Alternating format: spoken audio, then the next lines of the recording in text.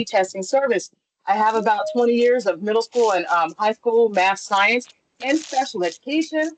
7 years, I started Heart to Heart Tutoring Service, which is for adult learners. And about 4 years with Prince George's Community College, with adult education program as a math instructor for them. Um, 3 years as adult education consultant, et cetera. You see some degrees. I'm in the PhD program. Please pray. I'm just about done with that.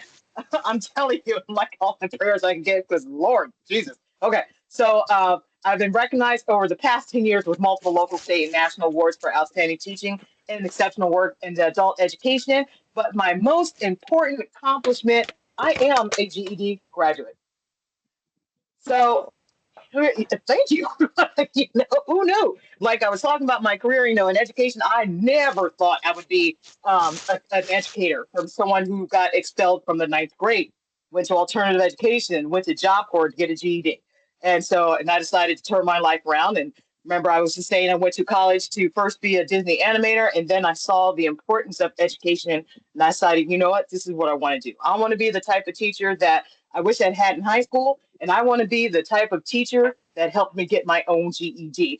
And so this is why I'm here and why I'm my passion about the GED itself. Now you will get a copy of this presentation and a PDF form of this presentation. And my friends, it is loaded with hyperlinks, even through the PDF. If you pull the PDF on your computer, hyperlinks are there, and that you can see things, everything that's there. So it's going to be loaded with hyperlinks and resources. This one right here is a link to my story from GED to PhD. I don't know if you know, PBS did a series. They do these educational series, and they did a series called Dropping Back In, and they went around, the country looking for people who had got kicked out of high school, dropped out of high school, and decided to turn their life around and work in education. And I was featured in one of their program. So that, and it tells you all the little details, about, my journey from a GED learner to becoming on the GED testing service board of directors. They even created a coloring book. That's weird, completely different story, but I gave it to you. So, they hired an artist to do a coloring book of my life story. And coloring book, because especially if you teach RLA and maybe a low level RLA, it's a story that's very easy to read. Learners can read it to their kids and be motivated at the same time. There's an article here about my journey onto the GED Testing Service Board of Directors and how I got there in 2021. And then some more stuff. I don't know if you know, but GED Testing Service has an official podcast now. Did you know? And so with the GED Testing Service official podcast, Vicki Green, who is the CEO of GED Testing Service, interviews people at least, I think, once a month about anyone that's connected to the GED community. There's learner stories, there are educator stories, resources, etc. So I put that link there so you can be connected to the podcast. And this is our agenda for today. I'm telling you, I'll talk a mile a minute. Let me know if I lose anybody. Okay. So this is the agenda for today. I know you're like, why are we here? This is an interactive session for you as educators to strengthen and share math methods, teaching strategies. And I'm going to make sure that you're aware of the challenging GED math skills gaps, not just in Utah, but across the nation where our learners are struggling. And then give you a quick review of some of those areas. And then most importantly, utilizing the TI-30XS multi-view calculator to enhance test taking efficiency and accuracy. This session is test taking strategies. And I'm telling y'all, that calculator saves lives. We're going to do some you know what I'm talking about, right? I'm just like, oh my goodness, right? That calculator saves lives and valuable points just like that. And I'm going to show you those strategies with it. No matter if math is your strength or not, no matter what level of math that you are teaching, because we're going to do some hands-on practical exercises. Like with quadratic equations is one thing, factoring, writing, graphing, linear equations. We'll see how far that we can get with that. And again, this session, even if you don't teach quadratic equations or you're not there yet, or maybe your class is solely just basic math skills like fractions, this will help you too. Okay, so that is our agenda. I think we have some housekeeping here. You're going to keep your mics muted. I hear some crunching of chips. Now I wish I had some. This will reduce background noise. There'll be opportunity for a discussion and questions as we go through the presentation. Uh, I think you're able to use the chat feature. I'm sure I'll leave that up to you, but I always encourage your input. And because we're doing live math, I might make mistakes. Please speak if you notice anything. Like Kelly, 2 plus 2 is not 7. If you notice I'm making a mistake like that, please speak up on it. I appreciate it. Please note, I think, well, I'm not sure for this one. Is this session being recorded for future viewing? Yeah, it's being recorded. Okay. All right, well, there you go. And stand up, stretch, do whatever is needed, but we are going to have some scheduled breaks for you. And I will share my contact information at the end. If you want to connect with me directly, I love connecting with people, and maybe we can do some type of partnership. Okay, so here we go. Let's get into it. Let me take a sip of my energy drink. You know how I am by now, right? Okay. Here's the thing about the math exam. I pulled some statistics, right? As of June 17th, 2024. So just, a couple months ago, 178,651 adult learners have passed 3 of the 4 required GED tests and never finished the final test. Guess which test is the most frequent one that our learners are not finishing? Math. You can see it, 80%. 80% of the 3 of the 4 has to do with the math.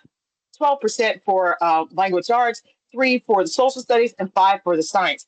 Look at the bottom of the page, my friends. I pulled Utah stats, okay, and benefit of working for GED testing service and being on the board of directors. I get to pull all the stats that I want to, right? Look at this. This is from 2024. Remember, as of June, right? You had 2,362 people who took the test. About 51% actually credentialed, which means they passed all their subjects and got their GED. And I also pulled for the last year's stats, 2023. You can see 3,751 actually took the test. Out of that number, 2,196 people credentialed, which is 59% of people who took the test for Utah received their GED. Okay.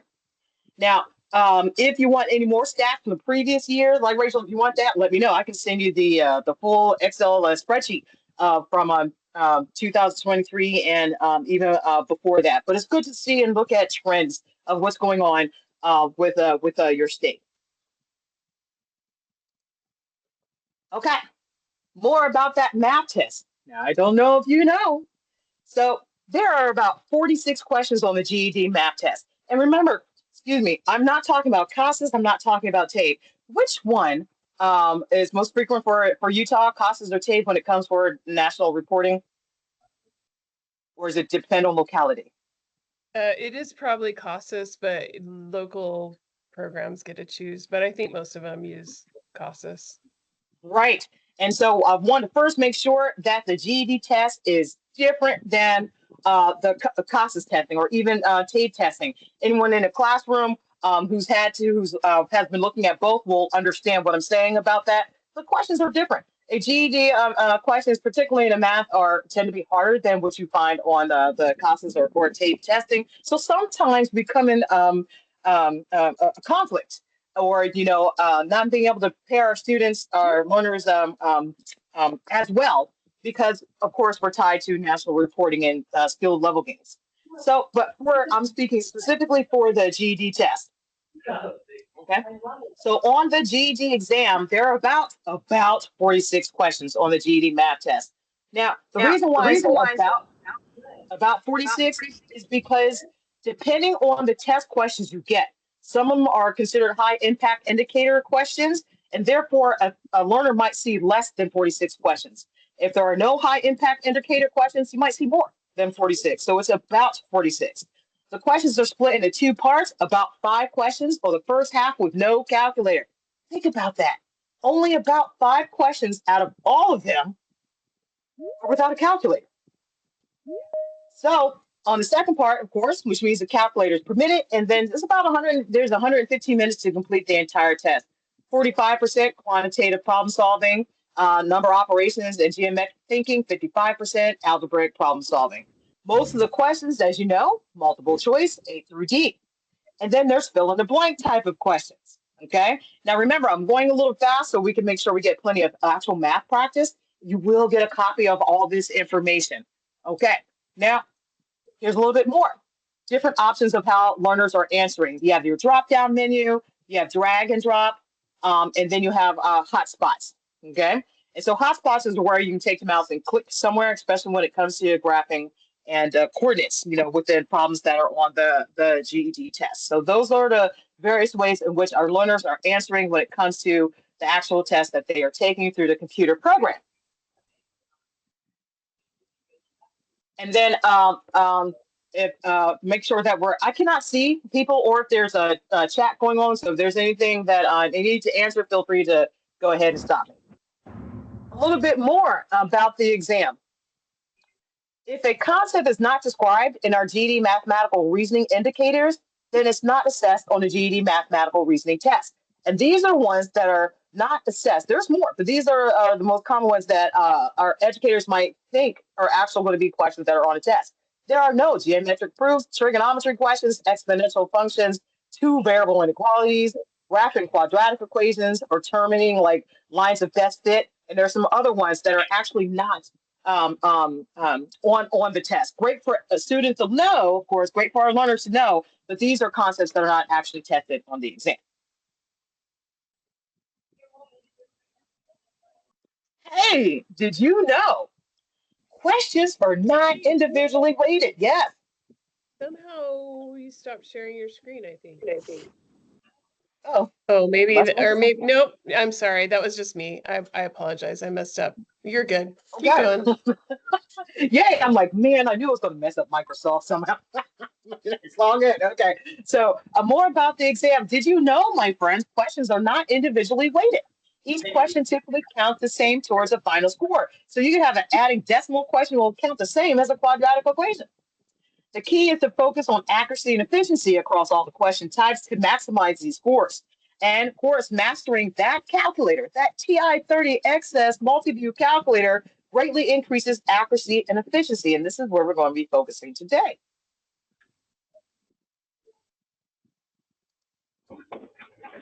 Before we get there, GED Testing Service has published skills gaps where learners, again, not just in Utah, but across the country, are struggling with. So I wanted to point out some of them. I do not have time to go in depth with all of them because, again, we want to get more of the roll up your sleeve practice. But I wanted to point out some of the things. For the non-calculated part, here are some things that we're seeing struggle with. Of course, the four basic operations, order of operations, integer rules. Learners are struggling with integer rules and not knowing how to calculate them without the calculator. You need that for the first half of the test. Even though that first half of the test is only 5 problems, you want to get your points where you can, right? Squares, cubes, roots, undefined expressions. That's a big undefined expression wise, okay? And if you're not familiar or don't remember undefined expressions, I am going to point out a resource from my YouTube channel that will show you all of that and how to do all of those. Number sense, basic operations like with fractions, decimals, percents. In the first 5 part of the test, the questions first 5, you learners are most likely going to see questions in which you have to order from least to greatest or greatest to least fractions, decimals, and percents. And that means they need to know how to convert one from the other in order to do an accurate comparison. Factors, multiples, exponents, distance on a number line, absolute value.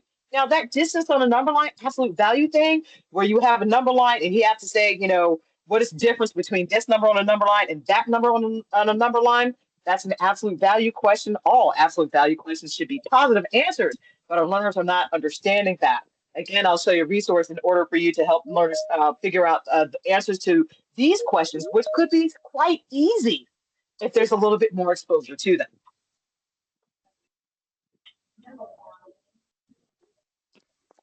A few more. Inequalities and, equations, yes, and inequalities is a big gap that we're seeing across the country with learners understanding the difference between the two, particularly when it comes to vocabulary for when you see them in word problems, right? And so, oh, remember, you're going to get a copy of this presentation that has hyperlinks in it. And so what I've done here, vocabulary of inequality, this is a sheet that I constructed for my learners to help them understand particularly with word problems, on what means what. and so that they know how to set a problem appropriately according to the correct inequality. So inequality translations, just a resource I wanted to put in there for you. And also this one, the big difference of knowing when to switch the direction of the inequality sign. You know, the my math teachers, when to flip the inequality sign whenever you're multiplying or dividing by a negative number. And sometimes that is hard to explain to learners. And so what I did, I realized this one year. I'm like, I'm not sure how to explain it, or how to explain it quickly and efficiently, especially during class time. So what I've done with a learner, we took a day and we decided that we were going to write out a scenario, and we wrote it out as if it was a play. And so I start with this, and then a learner says this, and it is a dialogue back and forth between me and a learner on how to explain why you flip inequality signs. I thought that might be a useful resource for you. So that's attached to the presentation as well. And it just explains why it's important to flip the inequality sign. Because what we're finding is that learners are saying, if I don't flip the inequality sign, I'm still coming up with the correct answer. And technically, they're not. So for those who are working with inequalities, there's a resource for you that's there. Also, big skill gaps is when it comes to the geometry, calculating surface area and volume within particular shapes. On the GED test, the most common shapes used are going to be the cylinders, the rectangular prisms, cones, and spheres are the most type of questions that you would get around surface area and volume. However, what is really missing is when there are missing dimensions. So you'll have calculations where we already give you the surface area, we already give you the volume. Hey, what's the height? What is the length? What is the width of this particular shape? And so that's a practice that needs to be done. Again, at the end, I'll show you a resource in which you can see some of the resources that I do or videos that I do to help learners understand. This is surface area already calculated or volume already calculated. We're looking for the width, so a missing dimension one. And also within this presentation, the GED formula sheet, my friends. You would be surprised of how many learners are not familiar with this formula sheet. Now, this formula sheet is available to all learners when they take the test. They click a button, you'll see the formula sheet, and you can see all the formulas for surface area and volume. We'll talk a little bit more about that in a bit.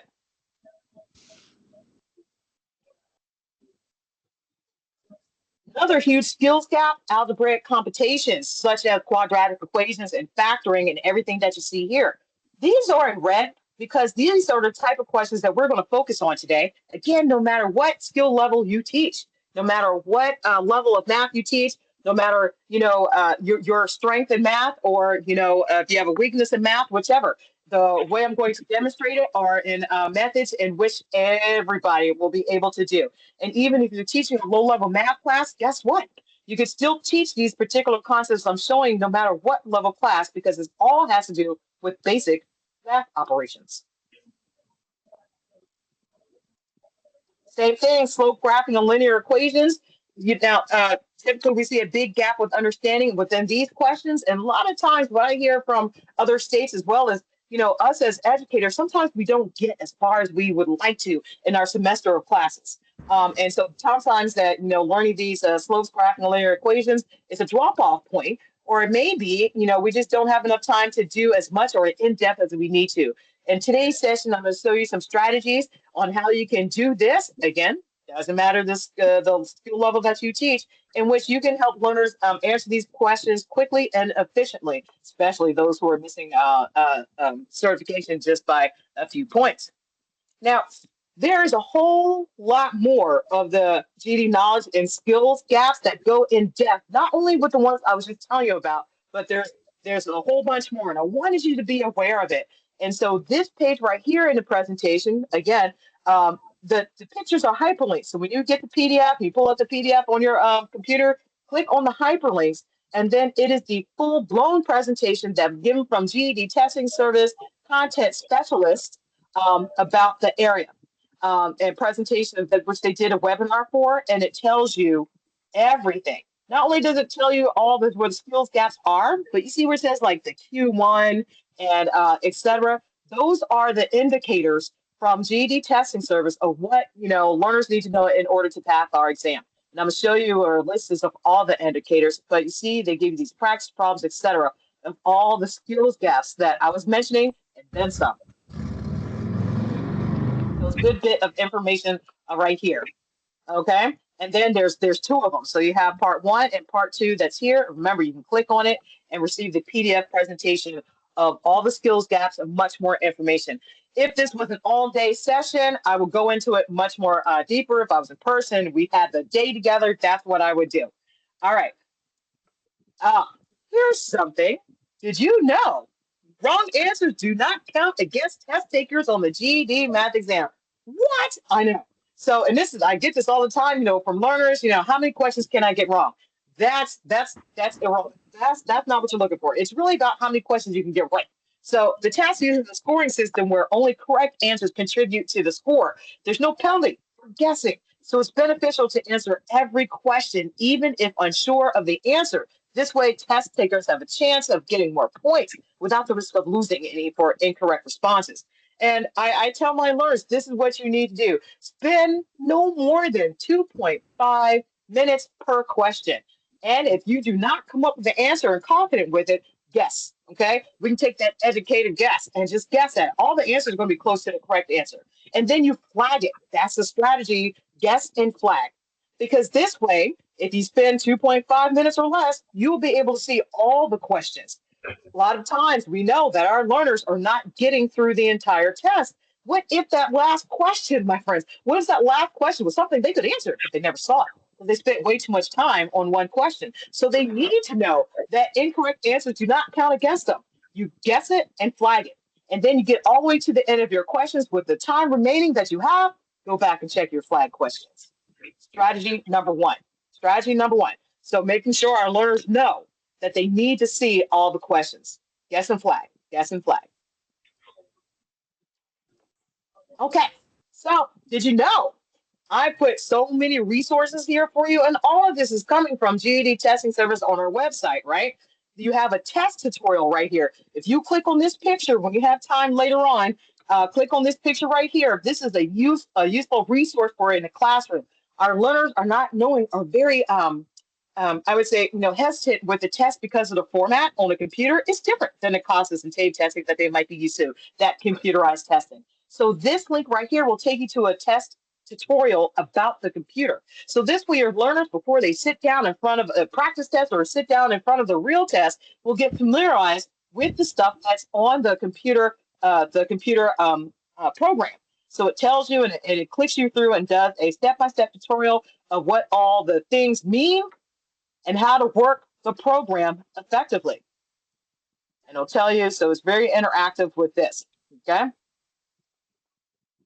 And here's a navigator that tells you all kinds of things. And then here, let me see. Scroll down to the page, here, previous page. All right, here we go.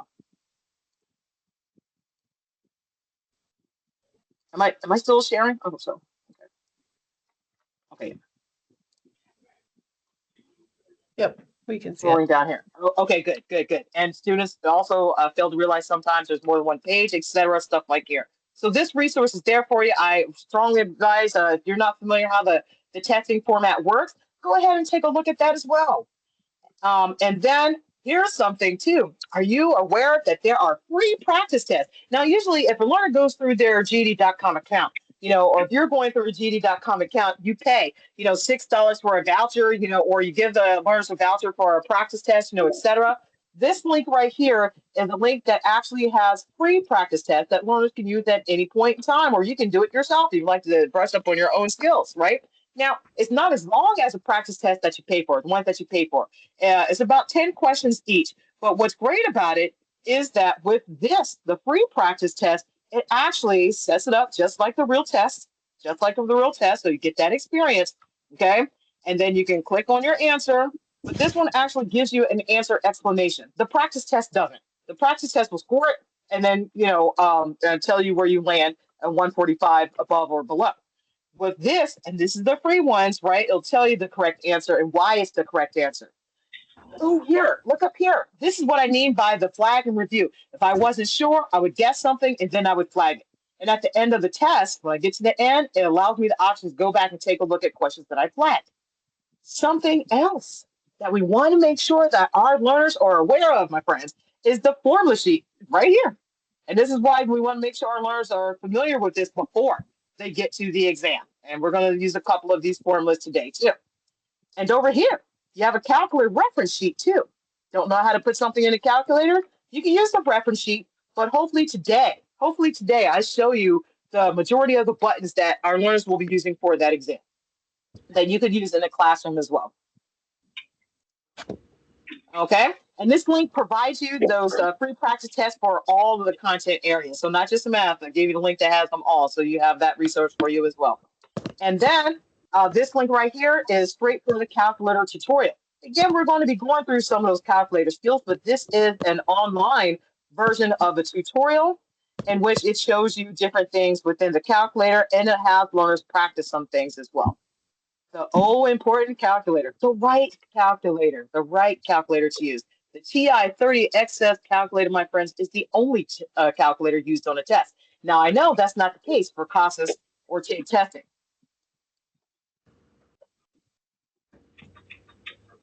More resources for you before we jump into some math problems. There is a GED Educator Handbook. Not sure about anything related to GED testing service? Here it is. If you click on this picture, I've hyperlinked the PDF for you, and it has everything that you would ever want to know about GED testing service and for you as an educator. So it's got educator checklists, some student study guides, just about everything, everything you would ever want to be curious about, all laid right here for you. Good information to know, because we know a lot of times educators across the country, ones that are working in programs that are grant funded, may have very little time or very little resource, very little know-how about the what GED testing service does and what's offered for you and how the program works. And guess what? There's a student handbook. This is great.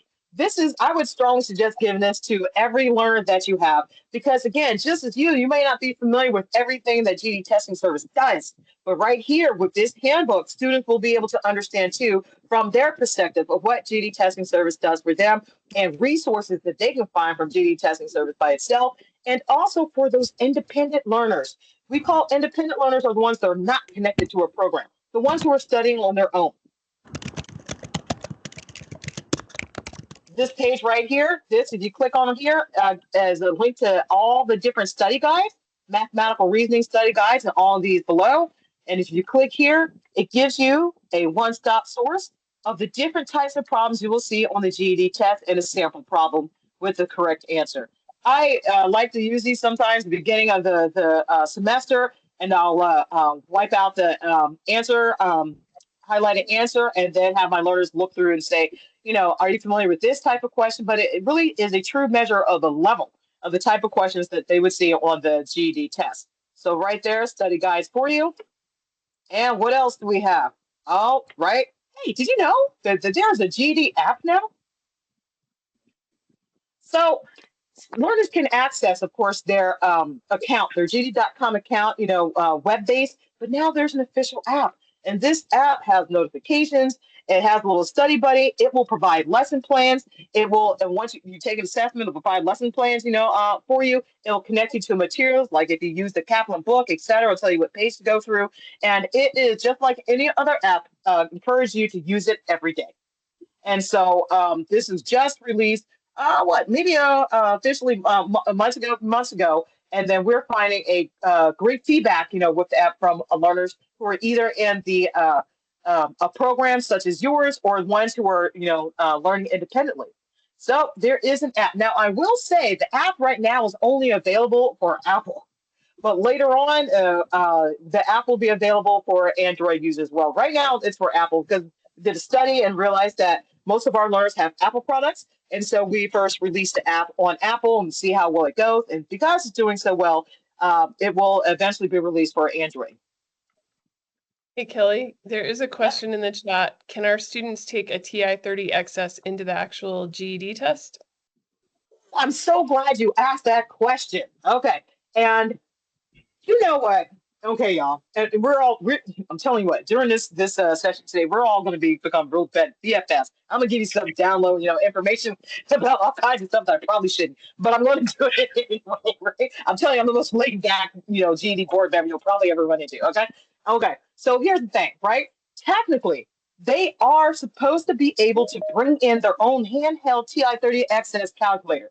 But we've noticed that in some localities that do the test don't realize that. So they'll say, no, you got to put everything away. And they'll give you a calculator, a TI-30 XS, and make sure your learners make sure that it is a TI-30 XS. Or there is one on the screen. You can use the screen one too, that's through the computer program. But I tell my learners, advocate for them to use their own calculator because they're used to holding the physical calculator. They're going to know where the buttons are quickly and easier than trying to click, click a button that's on the screen. But both versions of the calculators are exactly the same. But I say bring it to the testing site. And then you could actually say, well, G testing service says that you're allowed to do that, right? And if somebody sends me an email later on and says, where's the link that says the calculator, handheld calculator should be able to be brought in, and I will show you that link. If your learner wants to be that savvy, say, you see this right here on the website? It says that I can bring in my calculator. So, yes. How you doing? So, yes, if the testing service is up to date and know exactly what is needed. More resources. There's a GED playbook here for adult education program administrators. Lots of information that will help you run a much more smoother program according to what we're looking for at GED testing service. There's reference guides. I won't go into all this assessment guide, but please, click on these links, skim through the table of contents. There is going to be information that will better serve you and making sure that you're, become the best educator you can possibly be. I hear somebody needs to mute their mic. Give me a brochure or something. I can have like a business card of the whole. All right, about that. Someone is I can't hear. There we go. So, and then also too the assessment guide for educators. Do you want to know why that particular question is on the GED or practice test, or how it is that we've come to these are the type of questions we are going to ask? We have lots of us, especially me. Remember, I'm still a classroom educator myself, GED educator myself. Why is that on the test? What is important for this? This assessment guide lets you know exactly how the test is formatted and why it's done that way. And this bottom link right here just connects you to all the resources all together into one spot. Okay, now this is important. Remember those Q.1, Q.2 indicators I was telling you about. This resource right here, performance level descriptors. Now, don't freak out when you click on it, right? I'm gonna click on it and show you what I mean. With this, performance level indicators are charts that tell us the skills that learners should know in order to pass the GED. It starts with the very low level, level one. Level one is below passing. Remember, with the GED exam, you need a 145 or above on the score in order to have a passing score. So if you're below 145, 100 to 144, right? These are the things that you would need to at least get a below level passing. And it's listed for all of them, but we're looking into math here. You see all these dots that we're not going to read through, okay? And then the second page, the actual passing rate, 145 to 164. So that's a level two. So level two concepts that learners should know, plus the level one all together. And then I'm not sure if you do, but we do have levels in which college credit or college ready. And if you score 165 to 174, et cetera, everything that's there. The highest score that you can receive on the test on any of these subject areas is a 200. And then usually when learners get a college ready, let me tell you what that means. That means that if they're going to a community college, perhaps that if they score the GED that's college ready, they can use that score to bypass the placement test that you see within the community college system. Now, it's again, depending on the university, whichever, it might give you a basic level college credit going straight into a university. It really depends up to the universities. If somebody reminds me, if you want that information, I think we do have a list of the universities, et cetera, that accept that type of accrediting. I would have to ask Lisa for more information about that. Is Lisa in our room? Okay. I'm here. Lisa? Is it you? I'm going to take a moment to introduce Lisa to everyone. Lisa is the UNICEF director for your area. And Lisa, if you could tell them briefly what you do for GED testing service. I'm just the board member and a math teacher, but you're the one with all the resources. Sure, but I could never do this boot camp, so you got your skills going on. I'm Lisa Poole Osorio, everybody. It's nice to meet you all. I'm the state relationship manager for Utah, as well as 6 other states and Guam, mostly in the western region of the United States. And I'm a go-to person for you if you have issues, problems, questions. I do a lot of problem solving just to help people if they aren't getting quick enough answers from customer service. Feel free to reach out to me. I'll drop my email in the chat. And I missed what your question was because I was looking at something. What was your original question, Kelly? Did you have one for me? No, I You was said you were going talking to ask. about, I think before we had talked about a list of the colleges and university that do or accept the college readiness points from the GED test. Yeah, and I do have that list, and I'm actually, I've asked if we can update it and get it put on our website. Nice. That's gonna be a whole project, and but that you can look for that eventually. Meanwhile, if you want to message me, I can get you a copy of that list. There's about 200 or so colleges and universities on that list at the moment. But it's a live document because, there's always more people advocating for that. And so new colleges will come on board. But I know, for example, all of Colorado community colleges are on the list, and there's several other jurisdictions that have whole districts that are on the list. But if you want to shoot me an email, I will get that to you. Right. Excellent. Thank you, Lisa. So again, Sure. everyone, I want you to be familiar with Lisa, your director, state regional manager, director for Utah, and she knows the specifics of Utah better than I do, and a great person to reach out to for resources. And then, did you just say, Lisa, that underneath your belt is Guam? Yeah. You actually have Guam, I and you're keep begging representing my Guam too, manager. I keep begging my manager, please send me. But there's only one right? testing center. It's a very small place, Guam. So I don't. He told me don't hold my breath. But I do Okay, get to if go you to get sent to Alaska every Guam, year. I'm going to request, right? If you get sent to Guam, I'm going to request that I be your sidekick on that. Yeah, we got to Maybe I can do a boot camp carry there. your We got to do luggage or an something. in-person boot camp. Right, exactly. I see that Candace has her hand up. Candace? Okay, so this was perfect that you were can you hear me okay? Yes, I can. Okay, good. All right, so this was perfect when you were talking about the when you have a higher score on the GED test that it's you can be opted out of the entrance test at colleges. So just today, I have a student that she has passed the math section of the GED test, but she wants to take it again and get a higher score because her score isn't high enough to Yes, be college yes, ready. So can yes. she? I didn't know the answer. Absolutely. Absolutely. And so if that learner takes the by the way, folks, when I tend to call our students learners, and that's only because of my own educational trauma. Just like I was sharing, I got kicked out of high school, and then wound up job corps and got a GED. So you'll hear me call students learners simply because I associate the word student with me failing. And so I use the word learner because guess what? We're all adult learners. Even you, right now, you're an adult learner. And so I tend to call my students learners. So if you hear me say that, that's what I mean. But anyway, Candace, yes, absolutely, that is correct. And whatever scores the highest, that's the one that sticks to the transcript. Good question. Thank you. All right, so let's go back. And here we go. Am I sharing the presentation screen again? Sometimes I'm off with Microsoft. Yep, Yeah. it's still Thumbs up? good. Okay. Well, thank you. All right. That was just me testing to see if people are listening. That's all. Okay. But wait, there's more. Tuesday for Teacher webinars. I'm not sure if you know this, but GD Testing Service offers at least once a month webinars of content area and everything GD Testing Service. You can sign up and receive when webinars are happening. And then if you go to the website, you can look at previous webinars, just like I was talking about the skills gap and the presentation, webinar presentation. They're all there. So you can see all the different types of things. So if you have specific questions, I'm sure you could probably go to the webinar link and watch the webinar that was already been downloaded, or the PowerPoint presentation that goes along with it that helps out.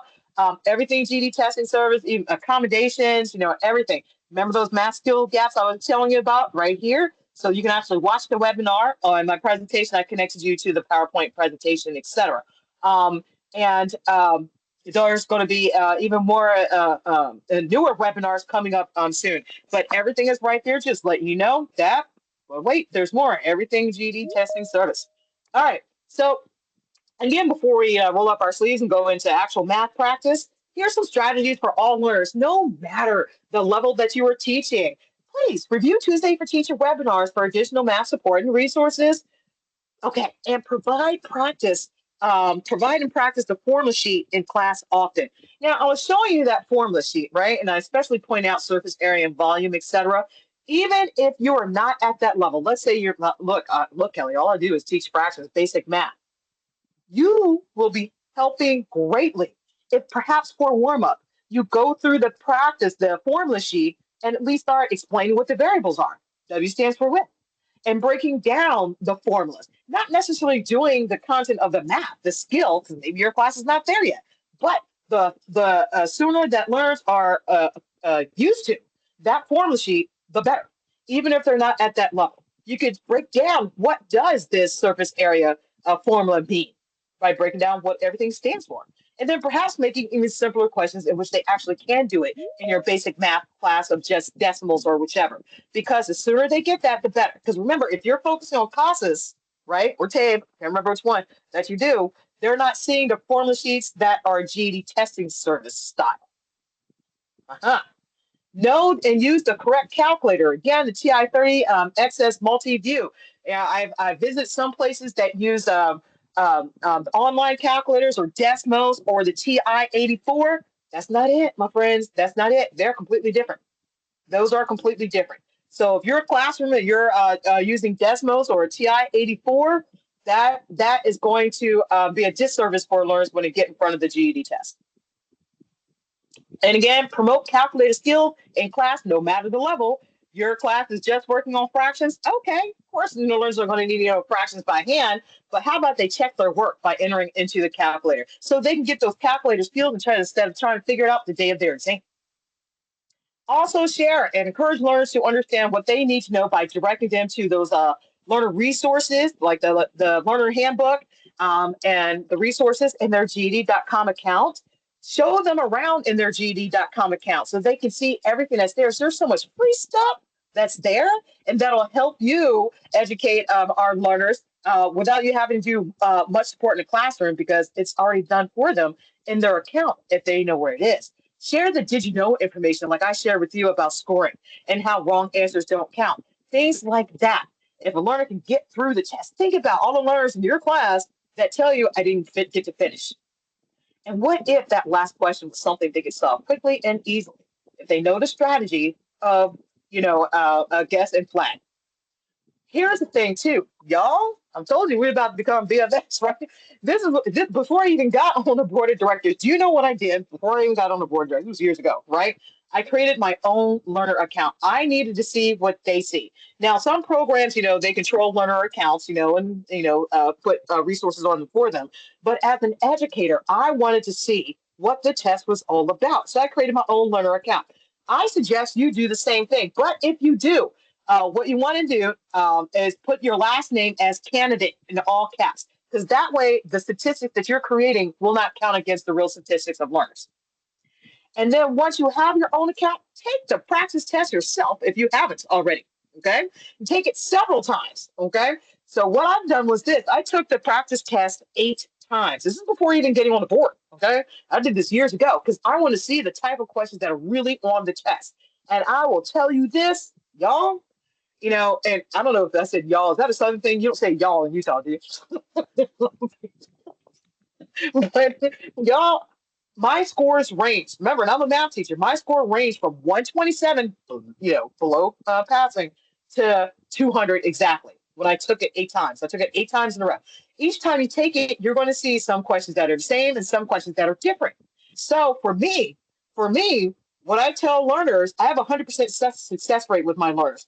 And that's because they don't get my blessing of you are good to go. Go take that test until they can pass the practice test 3 times in a row with 150 or better. Once they can do that, they will pass the real test. surefire.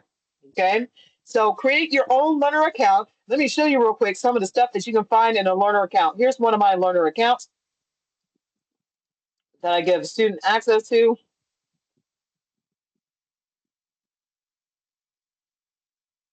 Okay, and here's the GED Flash I was telling you about. Use the GED Flash because these are lots of these questions. GED Flash are like flash questions from old test questions, and this is the exact field, the exact flow, the exact level of type of questions they see in class. And sometimes, like if I was teaching a basic math class, I would take GED Flash questions and screenshot them. You didn't hear that from me, but remember, we're BFS now, right? And then use them as warm-up questions.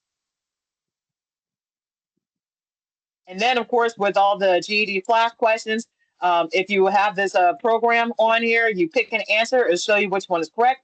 And if you get it correct or not, it'll show you the correct way of solving. So that's what's great about these. There's thousands of questions. And if you did not know, there are 4 main areas to the GED math test: basic math, geometry, basic algebra, graphs and functions. Graphs and functions is one of the ones which learners struggle the most.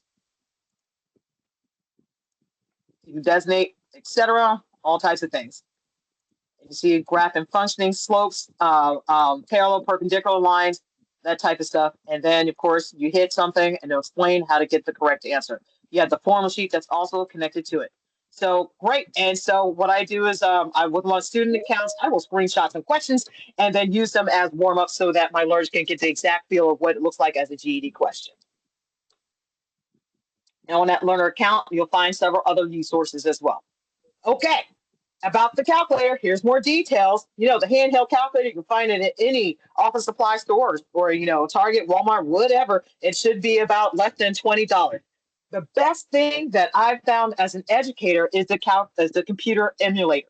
This is the one I'm going to be using for you today. If you have a handheld, that's great. I'm going to show you my computer emulator. It looks like this. It looks exactly like the TI-30XS, right? And this way, my learners, I teach virtually, my learners can see exactly what buttons to hit as I'm doing them on screen. So you can imagine how useful that would be for you inside the classroom too. And then what I put here is where to get that computer emulator through Texas Instrument. And I think if you download it, you'll get 30 days free, but then you have to pay for it. And I think I paid $80 for the emulator.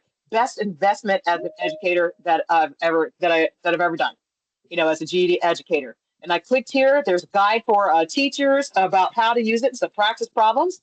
Now, there is an app for that. So for the TI-30XS calculator, right? And not for Apple though. This is only on Android. So the GED app is Apple only. The calculator is Android only for right now, as far as I've researched, right?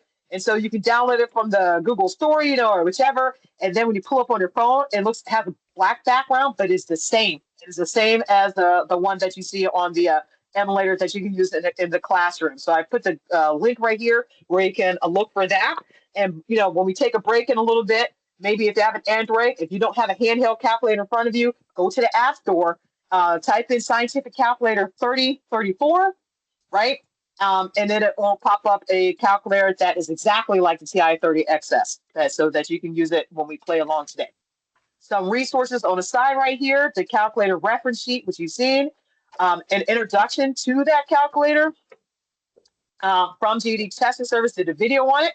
And so this is something that you can share with your learners or yourself if you need more help with learning it. Calculator practice. This is in addition to what I'm giving you today as a roll up your sleeve hands on. Look at this sheet. It's great. And look, this one is for basic math learners. You know, the fractions, etc. It tells you what to push, etc. Things like that. Because remember, only the first 5 questions are without the calculator. For more in-depth calculator use, and especially beyond what I'm going today, probability is one of the hard points, you know, for learners to understand. Definitely skill gap right there. And it shows you how to do probability in the calculator. Okay. Now, don't get me wrong, BFS. Don't get me wrong. Okay. So I do want to say that, you know, as an educator, especially one that's been in the classroom for as many years as I have, you know, science and math, right, in middle school and high school education, I am all about making sure that learners know concepts, where they come from, scaffolding, every detail about it, all of that, doing it by hand. But we also have to remember you're an adult educator, okay? Your learners, guess what? They want to know how to do it quick, fast, in a hurry so they can pass their test and get on with their life. It, honestly, right? And then those learners who've been, think about the learners who've been in your classroom for years or a program that has been in there for years and they keep missing by 4 points or something like that. Probably because if they knew the calculator, they probably get those 4 points that they are missing. Okay. So also too, this is a great resource that I found from Newsreaders Press. It's a workbook, y'all, all with calculator skills. Hey, and I think it's like the thing is like you can only buy it in like packs of 10 or something for $50. And I really just wanted one because you know me, I was going to like stand that, put in a PDF and share worldwide. Don't tell anybody that, right? So, but I had to end up buying a 10 pack, right? If you are the first person to email me, hey, can I get one of those books? Yeah, I'll mail you one. No problem. All right, let's see who's listening to see who gets that. All right, here we go. Before we begin to practice, last thing. Again, it goes back to solving with and without the calculator, like the pros and cons. Now, as educators, we know solving without the calculator, yes, that's skills development. The more the fundamental understanding, it helps with the critical thinking, everything that a GED learner should know. So you have, in my classroom, what I'll do is I'll show my learners how to do things without the calculator, and then I show them how to do it with the calculator. Because with the calculator, think about that learner sitting for the test now. You got 115 minutes, okay? Error reduction. Yep, they might know -2 plus -2 is -4. Okay. But what if, because the brain is going so fast, like my mouth right now, that they accidentally put a +4? With the calculator, even the simplest things, I tell them to put it in a calculator. It's in front of you, use it to help with error reduction, and then efficiency. And of course, with confidence building, once they understand that calculator, the confidence is going to go up so much. All right, here we are. Now we're rolling up our sleeves. We're about to work some quadratic equations. Again, quadratic equations, you can use this as any level. How can you use this as any level, Kel? I teach, decimals. Yeah, no problem. Because remember, what you're going to expose them to is stuff that's on the GED formula sheet ahead of time. Use it as a warm-up. Use it as a brain break. Use it as, hey, guys, you want to see a math hack? Anything, any level. I suggest the things I'm showing you today, if you can place it anywhere within your curriculum. For instance, when I'm teaching a lower level class that's just on fractions, guess what I do, y'all? I actually show them quadratic equations too, because quadratic equations, especially using just this formula, don't freak out, don't be scared. I got your back, right? It's nothing but a fraction. If I know what to plug in A, B, and C, I just have an order of operations question. So I just took a math concept of algebra and I'm placing it into a basic math class. Yes, because I know that my learner is going to be so excited with confidence building. They learned this hard stuff in their basic math class. Think about it as an adult, because I'll tell you where my brain was. My brain was when I was learning fractions, in Job Corps, and I'm like 18 years old and I'm learning how to do fractions. My confidence was depleted because here I am doing this easy work that I should have had if I hadn't gotten kicked out, and so doing the fractions, and then you put this in front of me, and now I have an understanding of fractions, and I can do this. That builds confidence. And guess what? I'm gonna keep coming back. One, because I don't have dinosaurs running across my worksheet like an elementary school student, and I know I'm brushing up on my order of operations skills and fractions at the same time. Making sense? Oh yeah. Okay. So we're about to roll up our sleeves and get right into this. So I think what we'll do is, do you want to take a little break now? Should we take a break now? Okay. Whoops. Yep. Yep.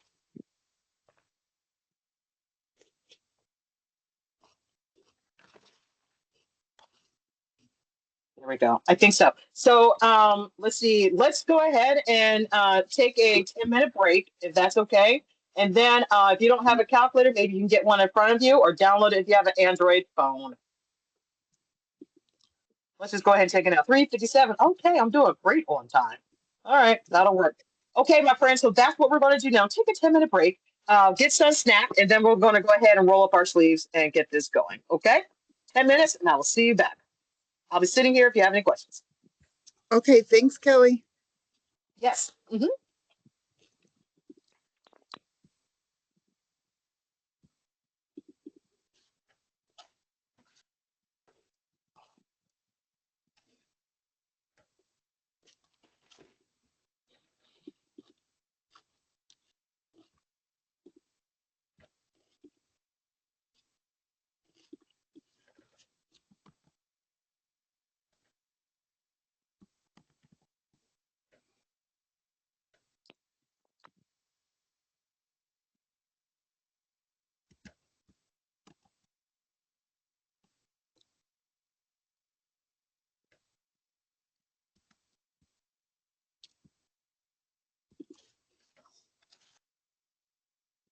Hey, Kelly, can you hear me? Yes, I can. I'm curious, you talked about students getting on their GED account and doing GED Flash, but I thought that that cost them money. Is that right? It does. It Okay. does cost them money. Yes. And let me share my screen on that and go back to that. Go back to a student account. But it does cost them money. But you may be able to get vouchers if your program is able to pay for it for them. You can go to GD Marketplace and buy a voucher, in which they can use a voucher and purchase that for them. Or I've seen some localities where they have control of the learner's account and will place it on there, or create a student account yourself. And that's what I've done. That's why I have so many student accounts with last name candidate. It's because I know my learners can't afford it. You know what I'm saying? And so I let them borrow one of my accounts with that has GED Flash on it. Okay, and then you also talked about them taking practice tests. Do they have those mini practice tests that don't cost money, or are you talking about the $6.99 practice tests? Both. So let me go to here. You can see my screen, right? Yes. Okay. So for the practice test, you can buy them all 5 subjects, right, for $22.99, or one subject. Of course, with me, I just tutor math, and so I'll tell them the $6.99 one. There are programs that provide their learners vouchers, in which they can put in a voucher code and do the practice test for free. This is the official practice test. This practice test is half the amount of the real test. Okay, and then gives you an accurate score of your of where they would fall, and give you a score report, right? And so the ones I was talking about that are for free, that is in a website, and it's like only about 10 questions. Whoops. The free practice test on this slide right here, right? That's open access to anybody, right? And so here's a page that gives you all 5 of them. And there's about 10 questions here that you don't have to pay for. But it's the same setup, same feel. You know what I'm saying? Perfect. Thank you. Yeah, of course. And then also too, when learners do the GED ready, I really hope that for learners to actually do a GED ready test, because again, testing is different than the CASAs or TAFE testing. And what I'm finding across various states is that learners are not understanding their scores, right? And so this learner was like not likely to pass. They have them to practice test this, right?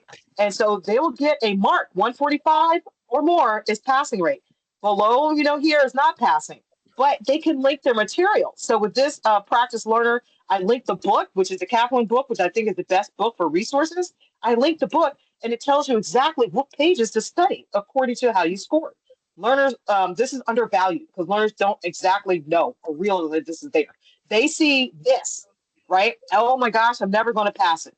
And then even if it's they score 142 or in the 140s, I tell my learners, you scored 140, right? You will still get a list of stuff that you could practice. And they're like, I'm only a few points behind, Kelly. And I'm like, no, not really. Even if you score 142 and you think 142, 43, 44, 45, I only need 3 more questions to get right. That's not true. That is not the case, because you don't know which concept that you're going to get on the test the next time that you take it, right? And so that's why the study guide is generated for all the concepts in which your test results reveal through the algorithms what things you need more practice with. Right. We use Score Boost quite a lot. I'm from Alpine Adult Ed. Right. And yeah, we really like that one. That one has seemed to be a really good, partially because the actual booklet we can just send home with them. We don't need them to bring it back. And so we have found that has been really a great help. Yes, absolutely. I agree with that. Score Boost. And then, so, like I said, I teach just math, and I have one of my learners who I became BFFs with, right? And so she was like, "Can you help me with the other subject areas?" And I'm like, "No, like I work hard to be a really good teacher, right?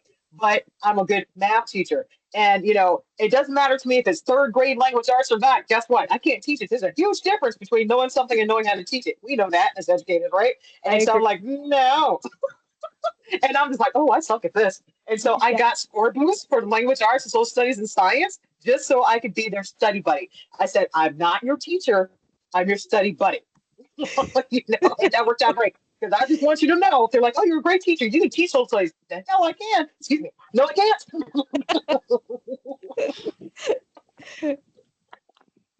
No, I'm like, oh no. But I was like, I will be your study buddy. So yeah, I got the score books too. And that's where I found the calculator from New Readers Press. The calculator workbook. Awesome. And Wow. I also talked to New Readers Press about something else, and they offered to send. We already have their products, but they offered to send some things for free, some samples for free. So if anyone's interested in that, you can contact New Readers Press, and they were really helpful. Ooh, that's awesome. That's good. I love that. I love that. Yeah, News Reader Press good. And they're always at our conferences too. I see some questions that are in there. Telling like, oh, my shirt. For those that are still hanging around, my shirt, I think it's backwards for you, but it says be greater than average.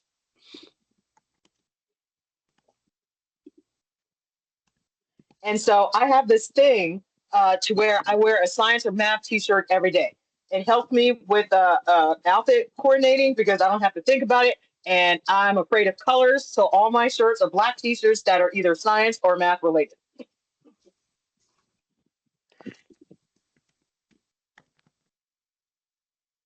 I see you, Matt. That's thank you. Matt, are you there?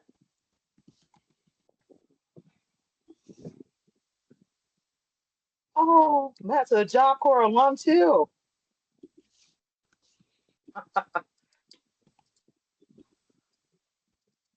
Take a few of those.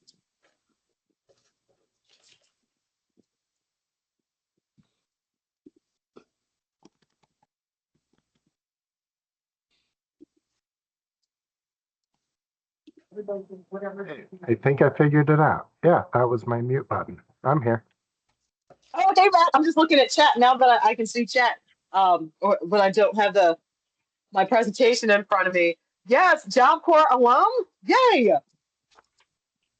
Very good. I went to in Harpers Ferry, West Virginia, where I went because I'm close to West Virginia right now. I don't know if I told you guys, but I'm in Northern Virginia, the DC area. I'm about 15 minutes from the White House.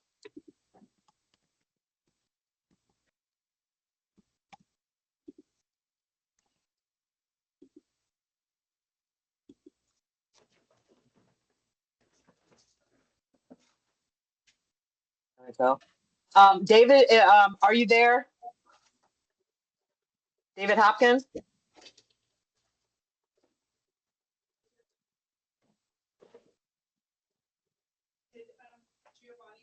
Try that again later.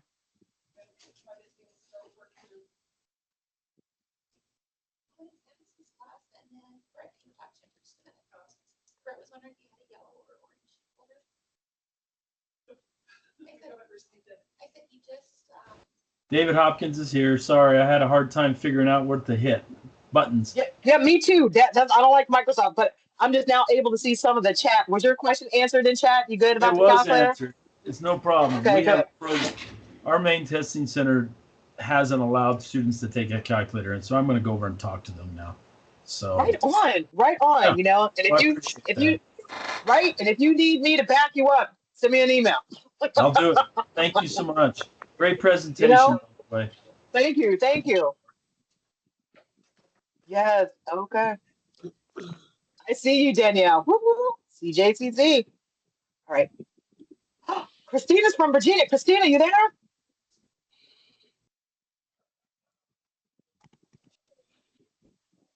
Lisa, what is a rum bun? Go get rum buns. Oh, okay.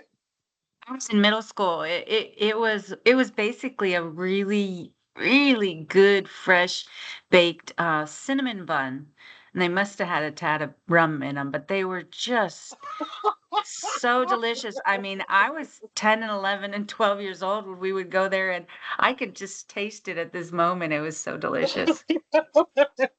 But we used to love Lisa, going to we used to love going to Harper's Ferry. yes. And I know that that Job Corps Center is still there, and they had asked me to come back, and visit and be a keynote. Mhm. I'm like, okay, but here's the thing, y'all. about, the Job Corps, West Virginia. I'm about to share something with you that nobody knows since we're all BFFs. I don't know how many people in the room, 25 people. Okay. And so you'll know something that nobody knows, y'all. So at Job Corps, I got my GED in 1994 in Job Corps, and I think I was about 18 years old. So I wasn't off track with getting a high school credential when it comes age-wise. But, I was still young, still a bit of a troublemaker. And I really went to Job Corps because it was a roof over my head. And the judge had said it's either Job Corps or juvenile hall detention. I'm like, oh, Job Corps, okay. And so I went to the Job Corps, and I was studying for a little bit, but then I got in trouble because I was messing around with the boys, and I got kicked out of Job Corps. That's what people don't really know. But I just happened to have already passed my GED test before I got kicked out. Oh, young and dumb. All right, now we're about to go back. So hopefully everybody has a calculator with them, and we're going to practice a little bit with that calculator so you know the buttons as well. Okay, we're all good?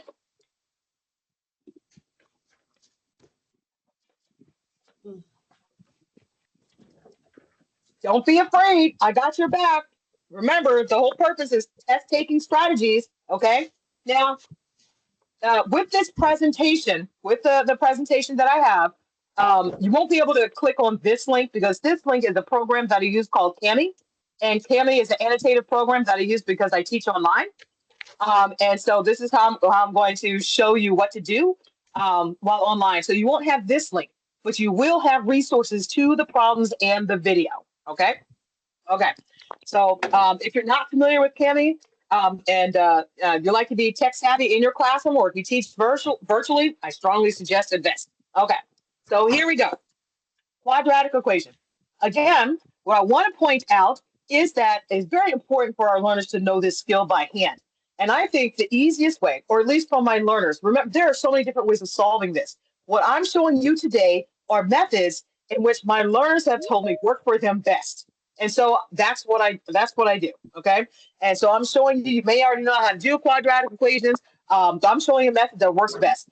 I like to do quadratic equations with my learners because remember, some of my learners don't know their math facts. And so they struggle if you do quadratic equations by factoring.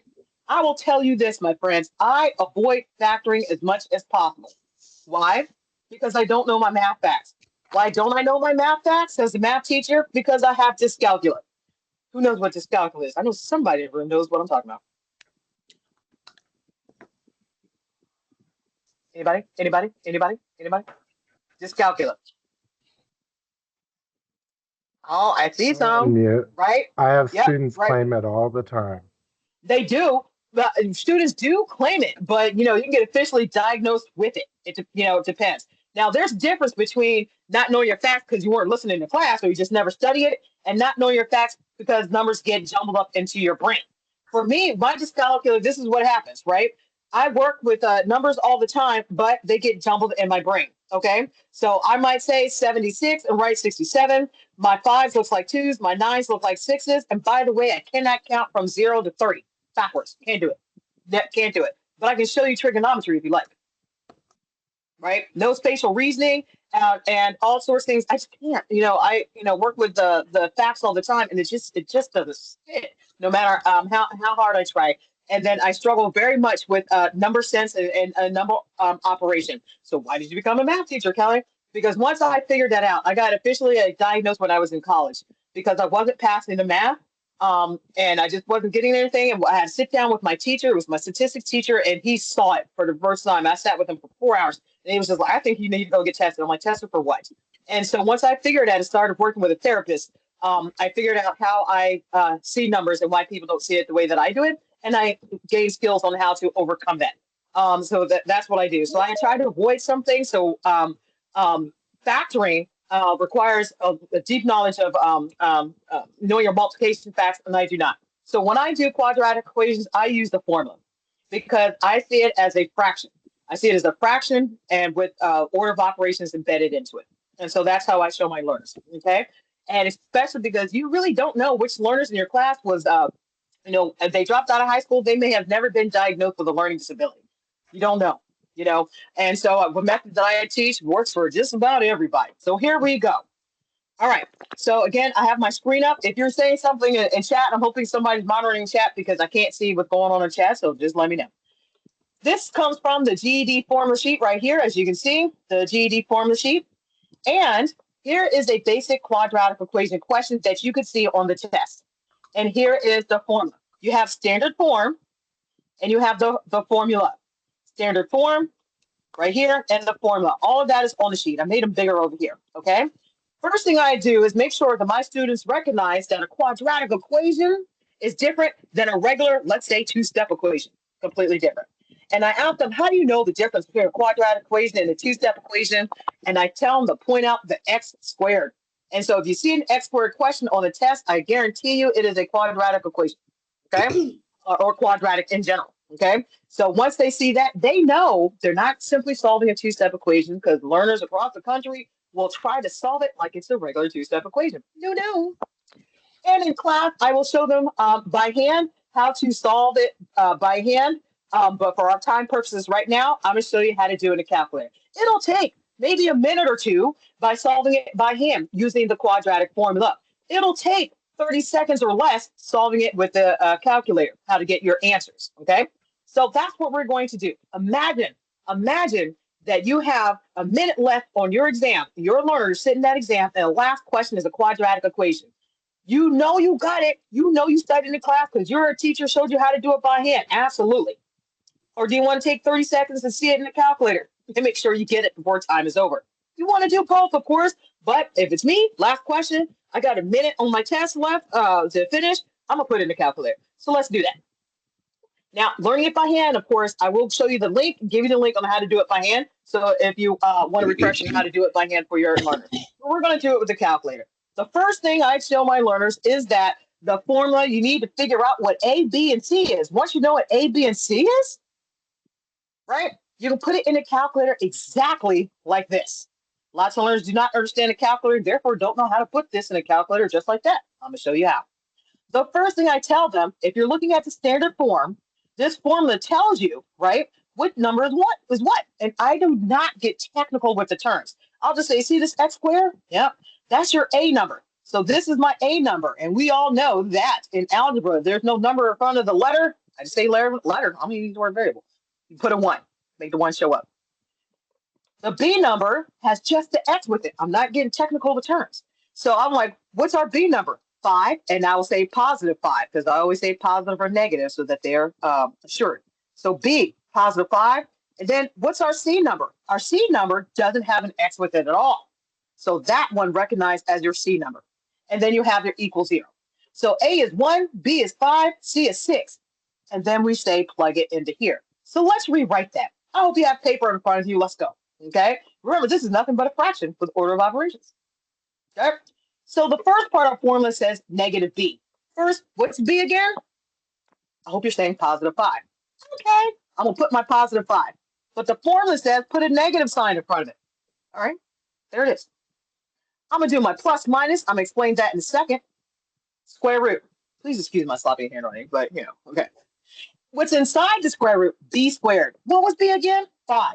All right, 5 squared. Minus 4. Notice I enunciate minus because I want to make sure they know the difference between negative and a minus sign. Okay? So minus 4. And 2 letters beside each other, that means multiply, doesn't it? So times A and times C. What's A again? Oh yeah, that's right, it's 1. And then I'm going to put my 1 in parentheses because we know that indicates multiplication. Times C. What's my C number? 6. Now I can't, if I don't put it in parentheses, it looks like negative 416, doesn't it? And that's why I tell them to put it in parentheses. When you put it in a calculator, you're making sure the calculator knows to multiply. All that, remember it is a fraction, there's your numerator, divided by 2 times A. What was A again? 1. There we go. We just plugged in A, B, and C. And once they can recognize A, B, and C quickly like that, look at that. I didn't even need to know how to add, quite honestly, in order to do this, just between you and I. But of course, as math teachers, we know it's great if they know how to add. But we are doing test-taking strategies. Am I right? Let them get these easy points. Here we go. Now we're going to put it in the calculator, right? You with me? I hope so. Let me check. We all good? All right. Okay. Look, man, you're killing me. Hit me up, man. He's like my kind of people. I just saw that. All right. So putting it into the calculator. Here we are. I'm gonna pull up my emulator. Great use for this. Okay. Now with the emulator, whatever I click on, it turns red, and then the order of it is over here. Ain't that a great teaching resource? I know, right? Totally worth the money. Totally worth the money. And then I can just clear it out. All right. So I'm gonna clear that out. Whoops. Yeah. And here we go. How to put it in the calculator. And just imagine with the quadratic equation, especially the earlier that you do it, and even in basic math class, you are showing them multiple buttons of this calculator and how to use it. I love starting with the quadratic equation. Sometimes I start that on day one. Day one is used for introductions and, get to know me bingo. I start with quadratic equations sometimes because they'll already become familiar with different operations on the calculator. And because you don't even need to know how to add in order to put this in the calculator, they think it's fun. And they become sophisticated and confidence goes up. Here we go. You're going to start with your fraction button. Bam, fraction. Now remember, it started out with -5. So, right, wait, let me put this back up. Everybody wrote this down. Hope you're following along. Everybody good? Just in case you want to write that down real quick, because I'm showing how it goes in the calculator.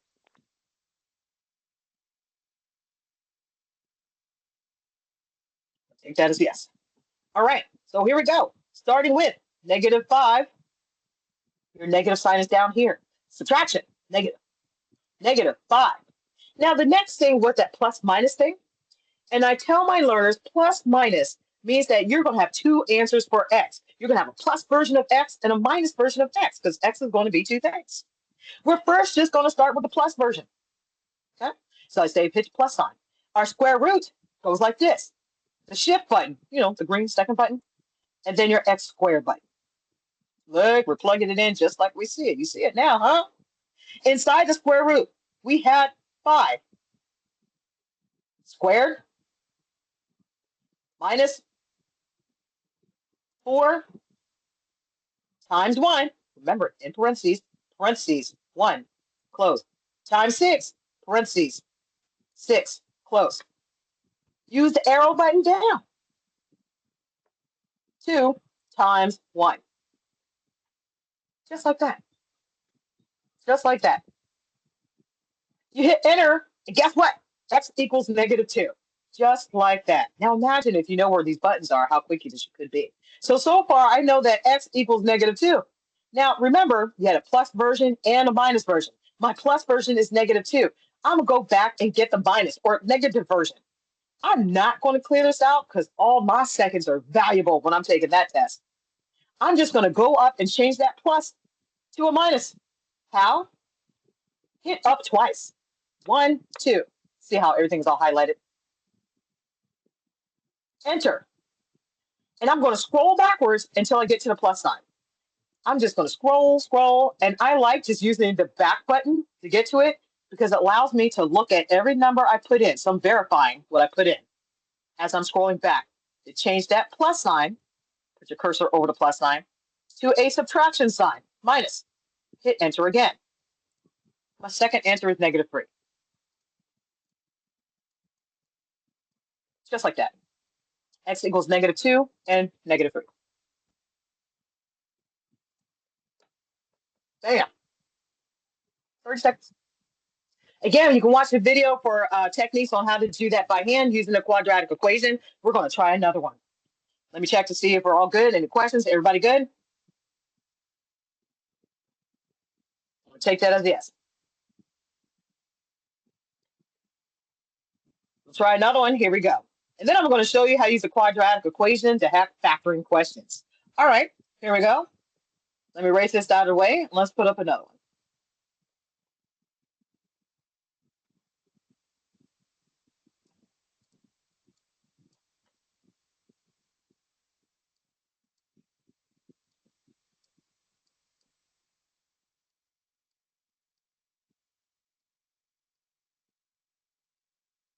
How about this one?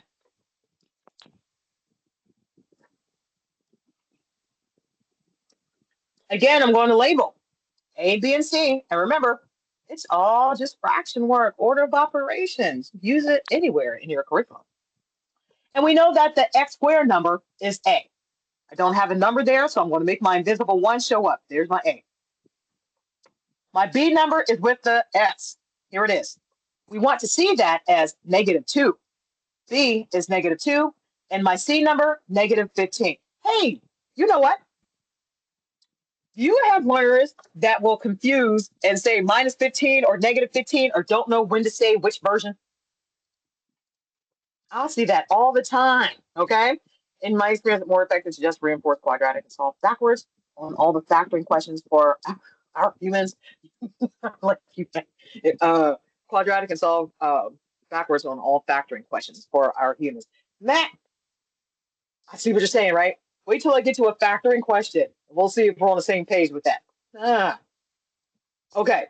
So here's the thing. So sometimes, learners will either read this as 1x squared minus 2x minus 15, which is the correct way of reading it, or they'll read it as 1x squared negative 2x negative 15.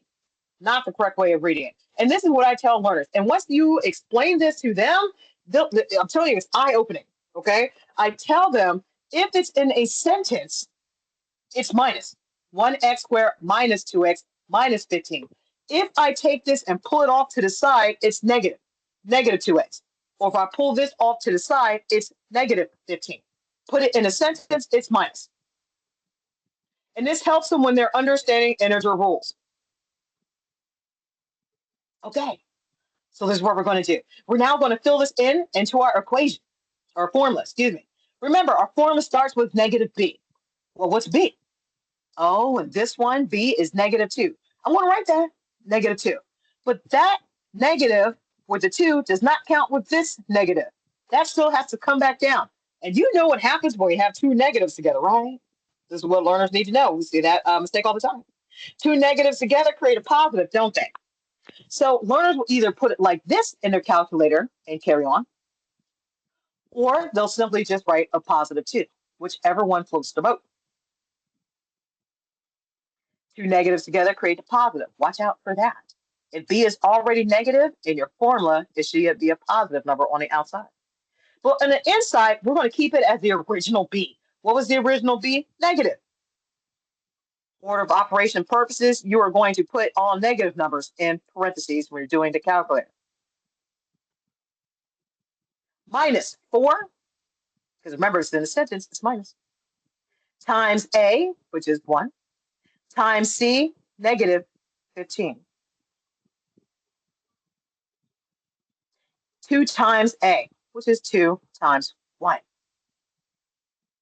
Filling in a, b, and c. Again, if b is negative, when you fill out the formula, b, -2, it doesn't count for this negative, so it has to go back. Two negatives create a positive. So either, again, learners will write it this way, bringing down the negative from the formula, or they'll see that this really means just this. Whichever way they want to put it into their calculator works out just fine. Okay, so here we go. Writing that down, let's go ahead and put it into our calculator. Again, roll up your sleeve, practice. What we're seeing a lot, within GED testing service is that how to do these type of problems quickly and efficiently. Again, I'm just showing a method that works for me. All right, now we're going to put it in the calculator and hopefully do it in 30 seconds or less. Let me clear that out. Clear that out. Here we go. One more time, calculator practice. Here it is. The first thing we have is a fraction. Fraction, there it is. And then it's going to be a +2. 2. You're going to do your plus answer first, plus your square root sign, the second button, and the square button. Underneath my square root is a -2. Make sure you put negative numbers in parentheses for order of operation purposes. -2. Square, make sure your square is on the outside. Remember, it's -4 because it's in the sentence. Times 1 times -15. 2 times 1. Bam.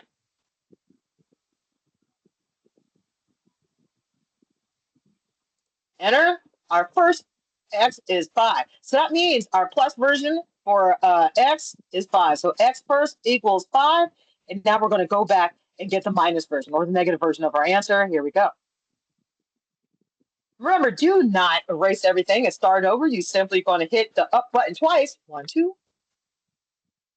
Hit enter. And scroll backwards. I like to scroll backwards because it allows me to see everything I put in. Just checking, double checking my work. Place it right on top of the plus sign. Hit the subtraction sign and hit enter again. My second answer for X is -3. So there's my plus version answer and my minus version answer, -3. Done. Again, you can use something like this even as a brain break, or teaser, or say, hey guys, want to see something cool? And that way, if they're not with you, these learners who move past you and go to another instructor, if they decided, they're going to go ahead and wing it and take the test or the practice test or whichever, they roll up on a question like this, they'll get it. Remember, it's all about the points that you can collect, that you can get right. Let's help our learners get those points that are easier concepts if you know how to utilize the calculator. All right, let's see where we go from here. Oh, you're welcome, Lisa. Okay, so here's the thing too. Here's another thing. I'm gonna stop right there for a second. We all good? Any questions? Second.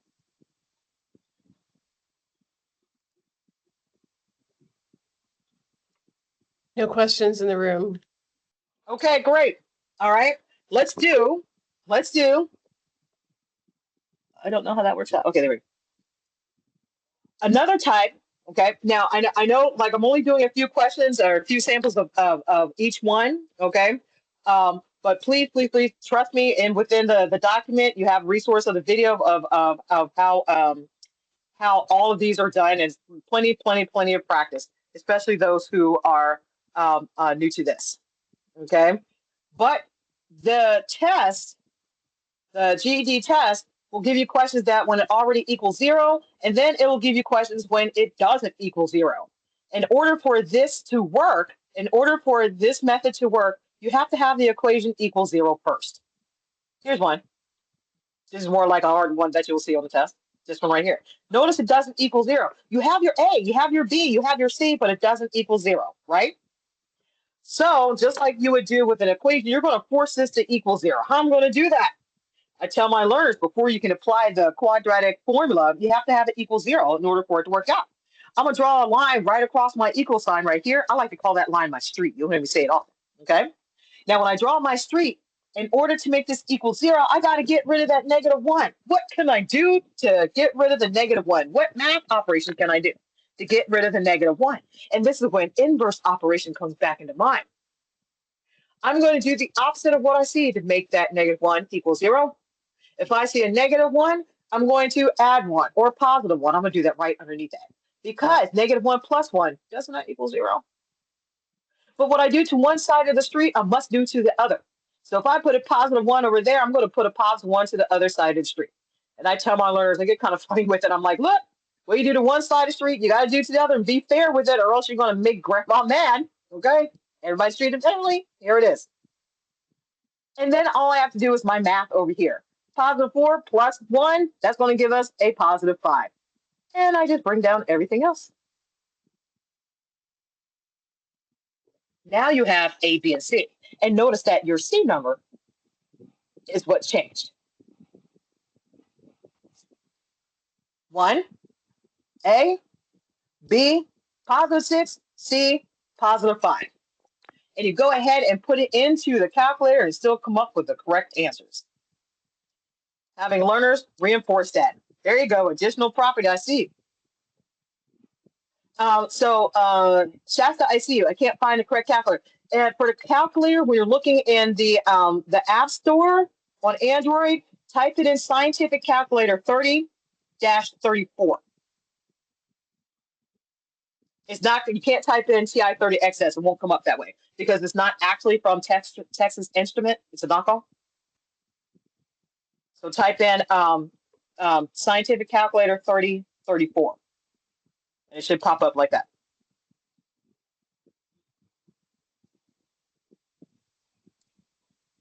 Okay. So again, you would take that, put it in the calculator, and keep going. Now, I'm not going to put that in the calculator. I'm going to set up another one, which makes it equal 0, just trying to save some time and give you a little taste of everything here. Let's do another one and make that equal 0.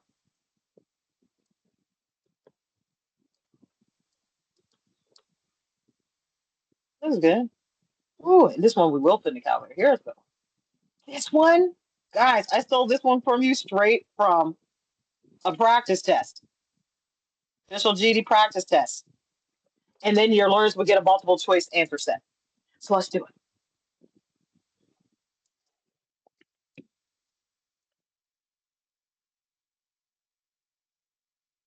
All right, the first thing I'm going to do is draw my street. I'm going to make that 64 equal 0. How? Inverse operation. I'm going to do the opposite of what I see. I see a positive 64, so I'm going to minus 64, subtract 64. What I do to one side of the street, I must do to the other. Same exact thing. And I'm going to put it right underneath that 17, that minus 17, negative 17, 64. There we go. Now I'm going to do my math. 64 minus 64, there's my 0. Now here, ooh, I see lots of mistakes in the calculator with this all the time. This reads, if I separate it out and I write it this way, that's negative 17 minus 64. Learners tend to put in negative 16 plus negative 64. Again, reinforcement of integer rules, especially when you're pulling them out. Okay. Now, if you're like me in the classroom, I actually practice this by hand, especially if I'm doing a beginning class, right? I have them practice that by hand because it's reinforcement of integer rules, basic math, right? And then I have them put it in the calculator. So in a calculator, if I put negative 16 minus 64, because you need to look at it as a sentence when you're separating out like this, right? My answer comes up to negative 81. And again, learners will have the calculator in front of them when they're doing these type of problems, just so that we avoid small, tiny mistakes. I tell them to put a calculator. If the calculator in front of you, put in a calculator. If we're in class, we'll practice it by hand. So I had negative 17 minus 64. There you go. I'm gonna bring down my rest, which is negative 9x, and then 2x squared. Ta-da! Hey, you notice that a is no longer 1. A is 2. B, negative 9. C, negative 81. Ooh, I'm going to fill that into our formula. Here we go. Our formula, again, starts with B. Okay, what was my B number? Oh, look at that. It's a negative 9. But that doesn't count for this negative sign. Remember, it's a double negative. So negative and a negative, that made a positive 9, didn't it? So I'm just going to erase that and put positive 9. I have my plus, minus, square root. Inside my square root, I see b squared. Original b. Remember, my original b is negative 9. We're going to put negative numbers in parentheses. Minus 4 times a, which is no longer 1, it's 2. Times negative 81 divided by 2 times a, which is 2. Aha! You can take a second to write that down if you need to. We're going to plug this into the calculator.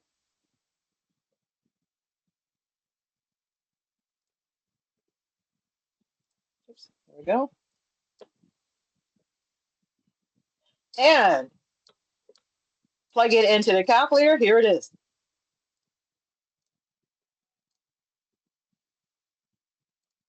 Fraction. Positive 9 plus square root negative 9 in parentheses. Whoops.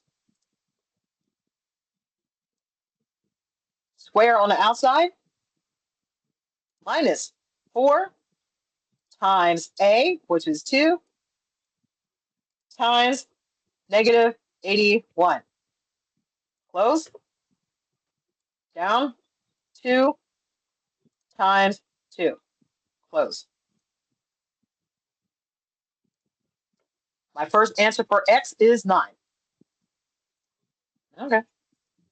X equals 9. Sorry about sloppy handwriting. And then we're going to go back and get our second. Remember, you do not have to erase everything. Save those valuable seconds. Hit up twice. 1, 2. Hit enter. Scroll back.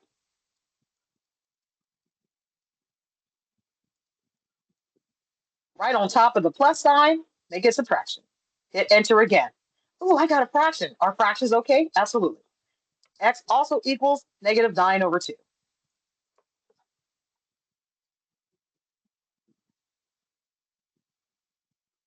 Done.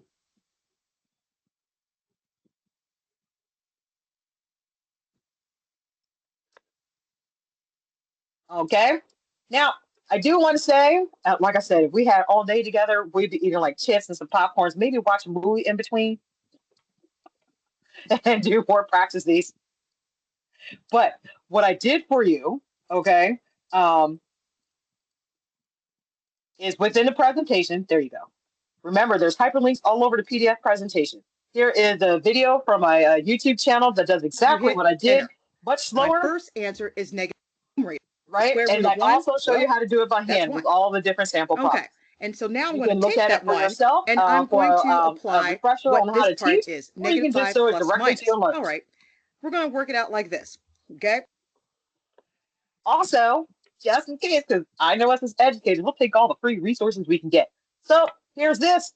I created a Jeopardy Labs solving quadratic equation problems just for you. Here it is. I tend to use this during warm-up times, whatever, without teams, just in case, learners don't want to interact with each other. And I hit start, and I'll randomly ask someone to pick a question. They like keeping track of how many points that they can earn. And then you know how Jeopardy works. You have the question, you hit give them time to answer, hit the space bar, and it tells you what the answer should be. Continue, etc. So this is an open source for you. Okay. And if you start your account, you can start an account for free. You can actually edit the questions. If you don't like what I put, or if you want to put something different and want to add an extra column, you can do that. So with this link, it'll take you straight to the Jeopardy template, the formula, the game right here. If you have an account, right, you have the option to edit, and you can change anything that you would like, as long as you make a copy of it for yourself. Kind of like Google Docs. Make a copy of yourself, and you can change anything. So I hope that's helpful for you.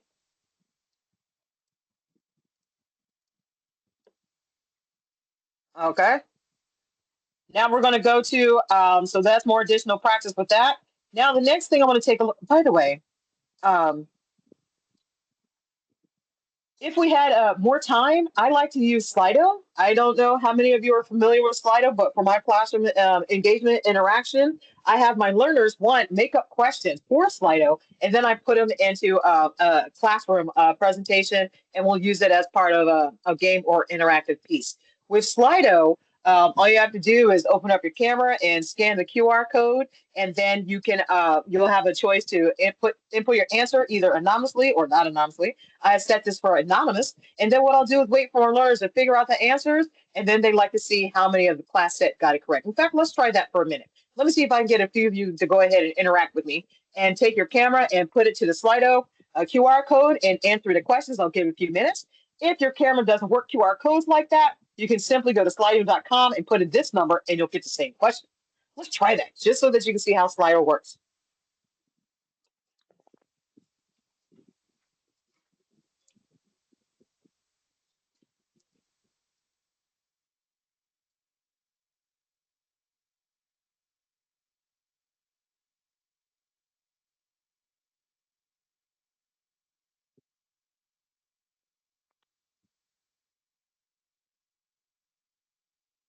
Hey, as an educator, I can see how many people are interacting with me. If you can see my screen up here, I got one person who has answered. Now I got two. I just waited out for a few minutes just to get that interaction piece. And sometimes I like using Slido more than Zoom polls, or Microsoft just confuses me. Microsoft just confuses me, so I avoid it altogether. With Slido, I can embed it into my presentations, etc. I got 4 people. Thank you guys for engaging with me. I love it. Okay, I told you it's gonna be pretty laid back, easy session. Easy session. We got this, and then hopefully I can do more sessions with you. But we still got a few more things to learn because we got time. I'm gonna show you factoring. Matt, you're gonna be with me with the factoring. Let's see if we have this discussion about how I do factoring to answer the question that you had.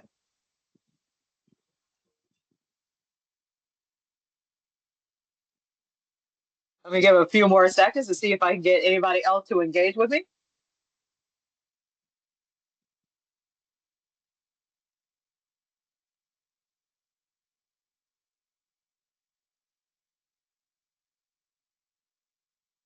I'm wondering, can anybody hear the music in the background? I play gangster rap music when I'm teaching math. It's very motivational.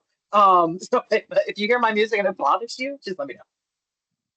I think it's filtering it out. I can't hear it. Oh, good. Just in case. That's Funny. pretty fun though. Now I want to hear it. Because it's like Tupac. So I'm not playing. And the funny thing is like when I actually in the classroom, I listen to the same song. They're like, oh, I'm like, you haven't heard the F word before. Let's go. And keep going. I got 10 people, so I'm going to stop here. With Slido, you can stop the engagement whenever that you want, and I'm going to go ahead and see what our results are. Look at this, 100%.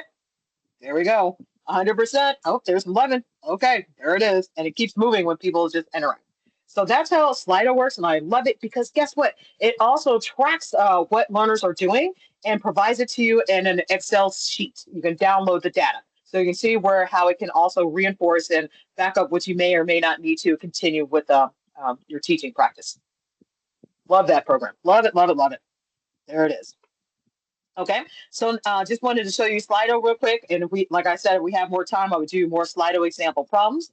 But now we're going to go into factoring. Okay, so Matt talked about GMS. That's funny. And then go into fact. Here's the thing with music. Again, because with how my mind works, and I have to keep myself from jumbling numbers and things. I'm listening to a Tupac song, y'all. Don't tell anybody. But it's been the same song. I've been listening to the same song since I started tutoring this morning at 8 o'clock in the morning, and it's going on 5 o'clock for me. It's the same song. Anybody else do that? I will listen to the same song over and over again all day. Drives my husband nuts. I told him not to marry me. All right. Now let's go to factoring. And the reason why I put factoring and quadratic equations together is because they relate to each other. Now again, remember I told you I hate factoring because factoring, you got to know your multiplication skills, etc. Right? I'm gonna show you a math hack for factoring because once you got that quadratic formula down, you can use it to hack factoring answers. Look at these. Look at these. Look at these. Let me show you. Let me show you what I'm talking about. Watch this. And those students who struggle, with the multiplication facts, etc. And you have these factoring questions that are on the GED exam. I'm going to show you how you can help them get that point. Show you how they can get the point simply by just knowing how to input the quadratic equation formula like we've just been doing. So, and then Becky, I see your question with Slido. Do the students stay anonymous? You can have them stay anonymous or you can have them put their name in. It's up to you how you want to set it up. Or you can give them a choice. Funny. Okay, so here we go. Factoring. Factoring is related to quadratic equations. Okay, so here we are. So let me show you what I'm talking about here. Here's my little notes section too, and I go through this with my students, right? The difference between factoring a polynomial and a quadratic equation. So here's a quadratic equation similar to the one that we just did, right? And x equals 2 and -6. If you have worked this out into the calculator or by hand, doesn't matter, right? Here's a factoring trinomial. Notice the same setup, but it's a trinomial, factoring trinomial question. But I use the same numbers. What's the big difference? I ask my learners. There's no equal sign. There's no zero, or there's no equal sign and no number. Okay, exactly, because quadratic equation. Hear the word equation? It means there's an equation sign or an equal sign with it. Factoring does not have equal signs with it. I can have the same polynomial. I can have the same quadratic. I call it quadratics. They know it's a quadratic, isn't it too? Right? But different questions. So the first thing I help them understand is the difference between a quadratic equation and a factoring trinomial. Learners hate factoring. I don't blame them. So now they see the relationship. In my answer with the quadratic equation, my answer is 2 and -6. Oh, but look at the factoring trinomial answer. I have my parentheses with a number, but look at this 2. Look at this 6. Do you see a pattern? I tell them my factoring trinomial answers are the opposite of my quadratic equation answer. So if you know how to put a quadratic equation into the calculator, you can hack your way to the factoring trinomial answer by putting the opposite of what you see. Simple as that. Let's practice that.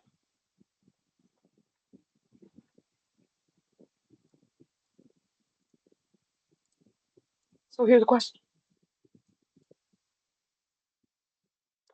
And again, what this does gives you even more additional practice with a quadratic equation formula. You can do a lot with that formula, I'm telling you, right?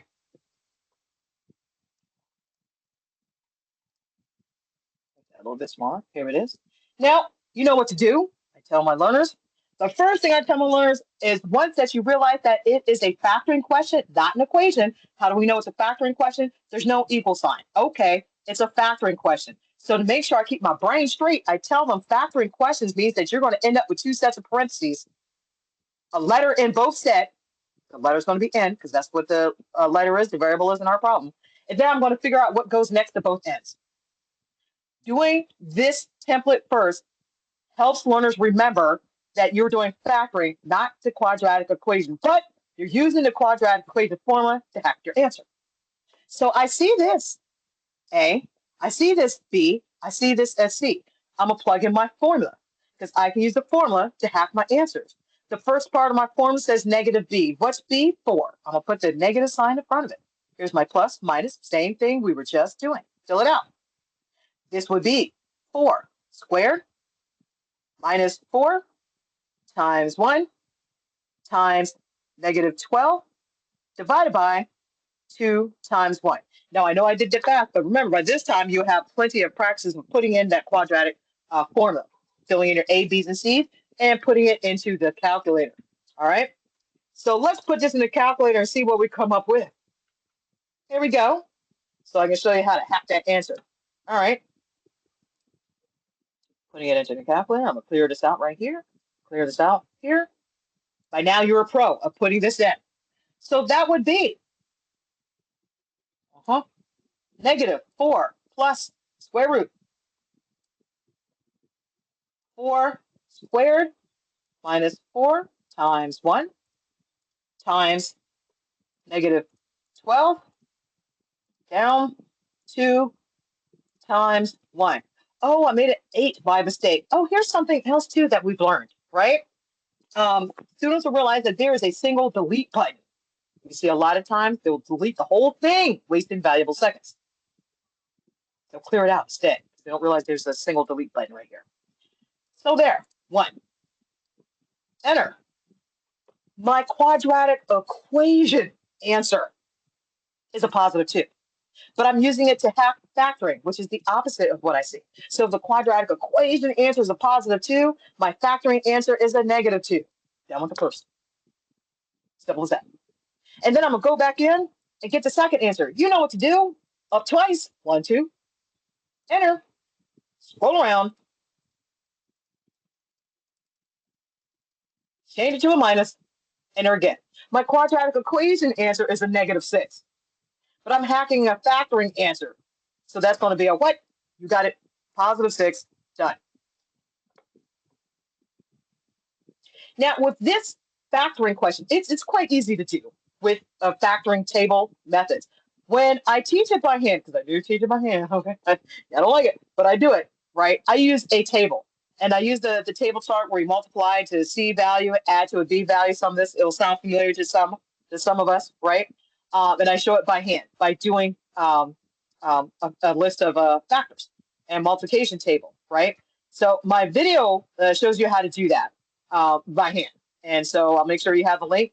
And it also shows you how to do it simply by using the calculator, saving times on test taking strategies, right? Now, so let's try another one of those. I'm going to make it a bit harder. Here we go. Because if you notice this type of question, notice this. What happens and how do you get a number that's in front of zero, not just behind it? Let's practice one of those and see what it looks like. I'll take this one out. And we'll put another one up.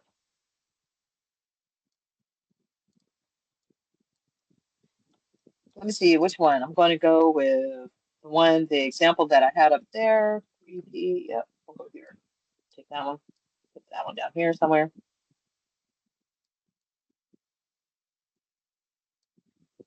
And here we go. Okay. First, a learner will know that that is a quadratic, yes, because of the square. But they will note that it is a factoring polynomial because it's not an equation. So the first thing that the learner will do is set up your two parentheses to help you stay focused that you're looking for a factoring hack, not the quadratic answer, equation answer. Put their variable in. Now you're going to use a formula to hack your factoring answer. Oh, look at this. A is no longer 1, it's 3, but it's still A. B is -2, and C is -5. Filling in the formula, formula starts with -B. Okay, now B is already -2, but remember that doesn't count for this negative sign, does it? Nope. So here, I have a double negative. You can either put it in calc like this, or simply put a +2. Filling in the rest, I have plus, minus, square root, B squared. Remember, original B is -2. Put it negative numbers in parentheses. Squares on the outside. Minus 4 times 3, that one, times -5, divided by 2 times 3. So there it is right now, ready to be plugged into the calculator.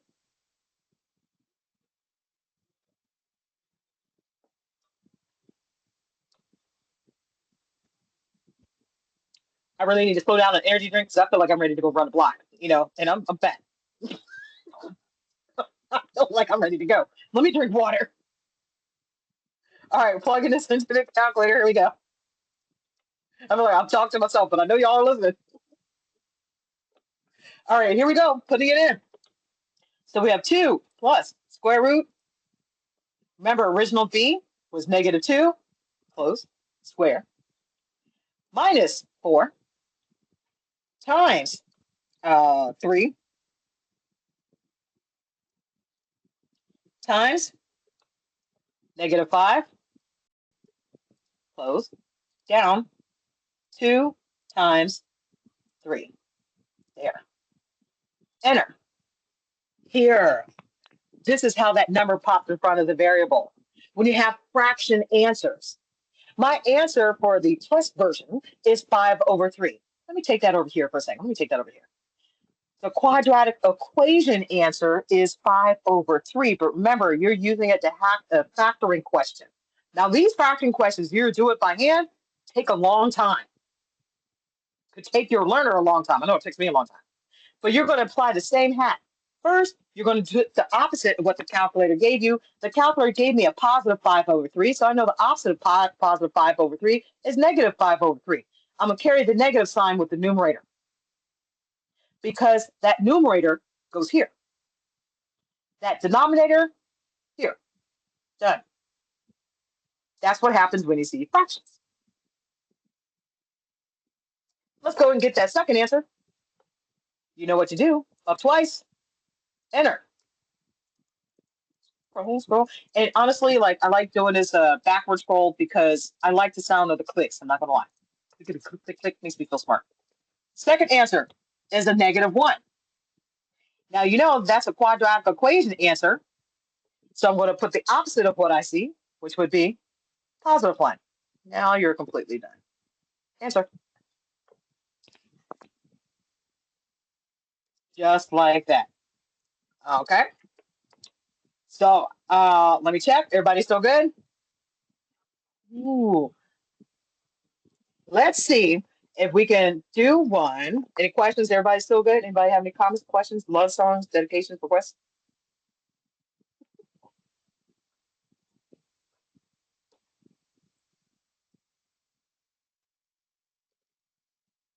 All right. Let's do a Slido version of that.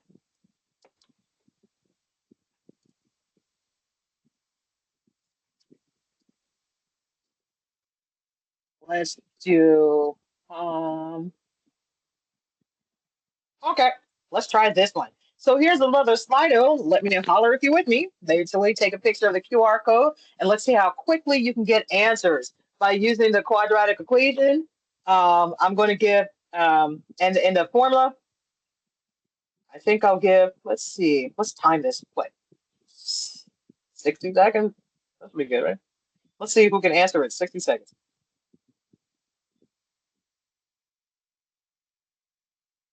Test taking strategies on time and efficiency. Let's go.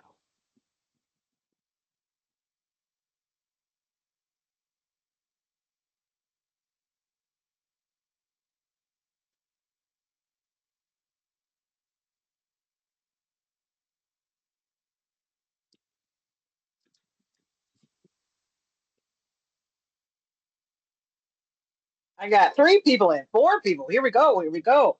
Nice.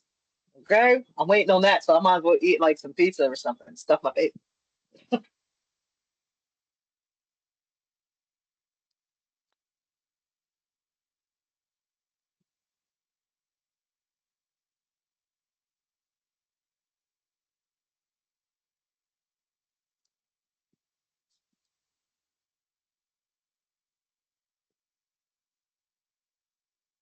Eight people in.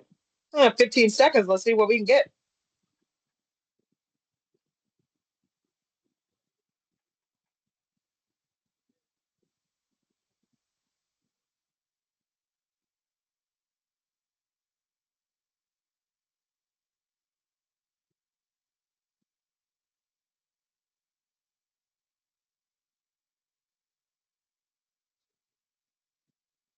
All right, we're going to stop right there. Let's see what happens. I know I got 100%, didn't I? Oh, a few people got wrong. Oh, and you can see with the Slido, it's still live and it'll move according to people as they're still answering. Look at that. Would anyone like to see that one done using the calculator, since there were a couple answers that were wrong?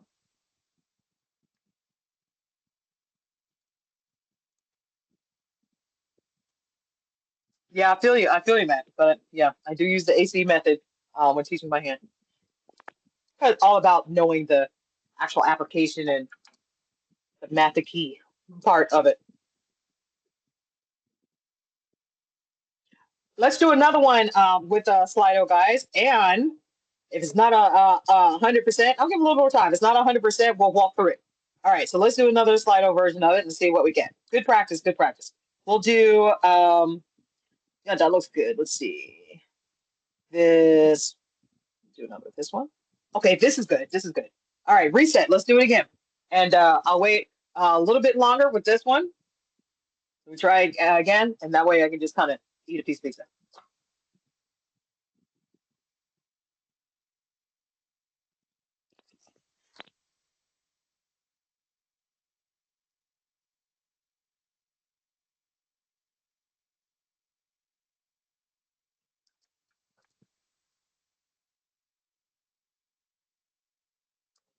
My daughter just texted me and asked if she could come get the car.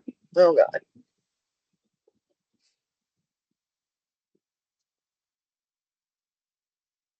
I should tell her as soon as she comes in and gets all these questions right.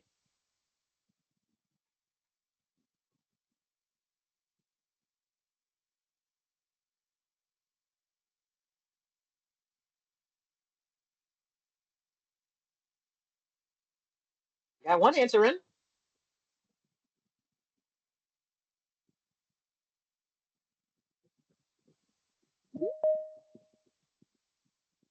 Two.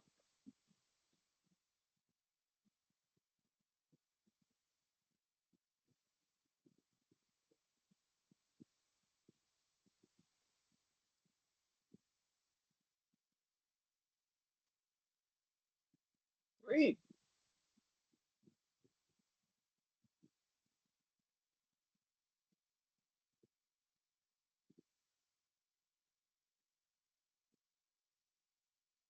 Yeah, and your goal is calculator practice. And those who still don't have a calculator in front of you, I understand completely. Hopefully, you're still following along okay.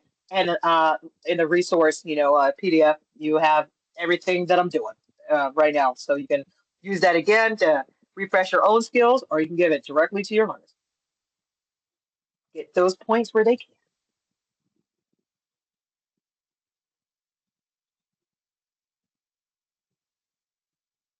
6 people in, another minute.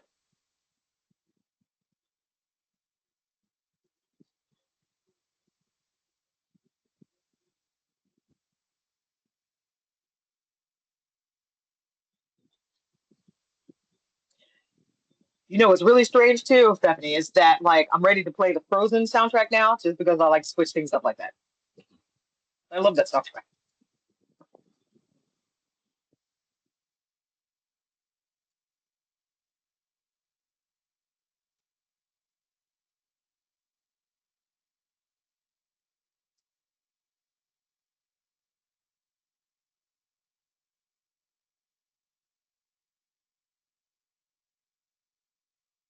Few more moments.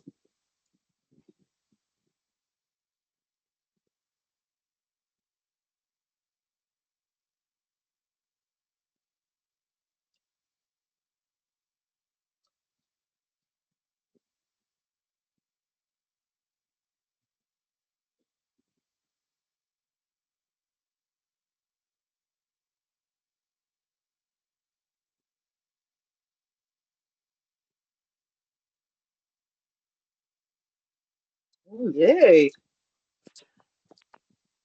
All right, here we go. Ugh. Fingers crossed, I'm hoping for 100%. Let's see.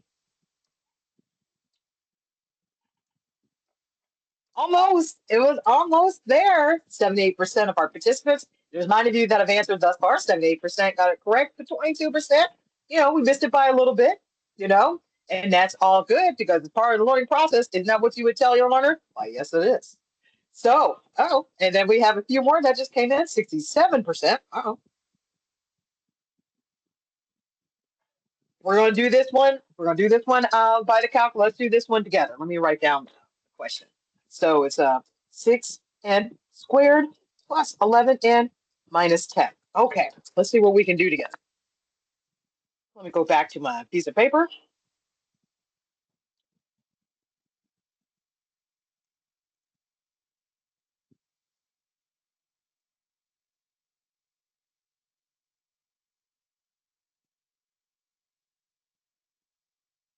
All right, we're going to do that one by hand, so we can see what happens.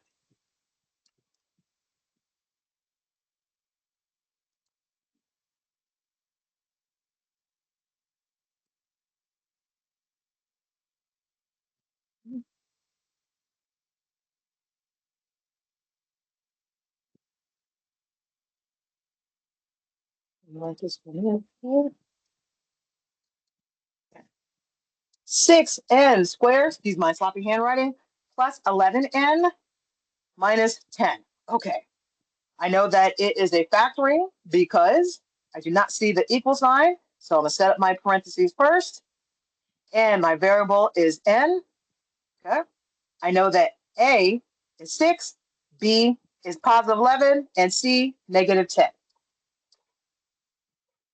Filling in my formula, negative B, it's going to look like this, plus minus square root B squared, which would be 11 squared, minus 4 times A, which is 6, times C, which is negative 10, divided by 2 times A again is 6. So this is what we should be plugging into the calculator. Notice I didn't have to look at the formula to do that. And it's because we worked with quadratic equation formulas so many times. And don't tell my husband, but I actually got it tattooed. All right. So here we go. This is what I'm going to be plugging into the calculator. Let me write that down so I can plug it in and we can see what happens. That's how serious about math I am, right?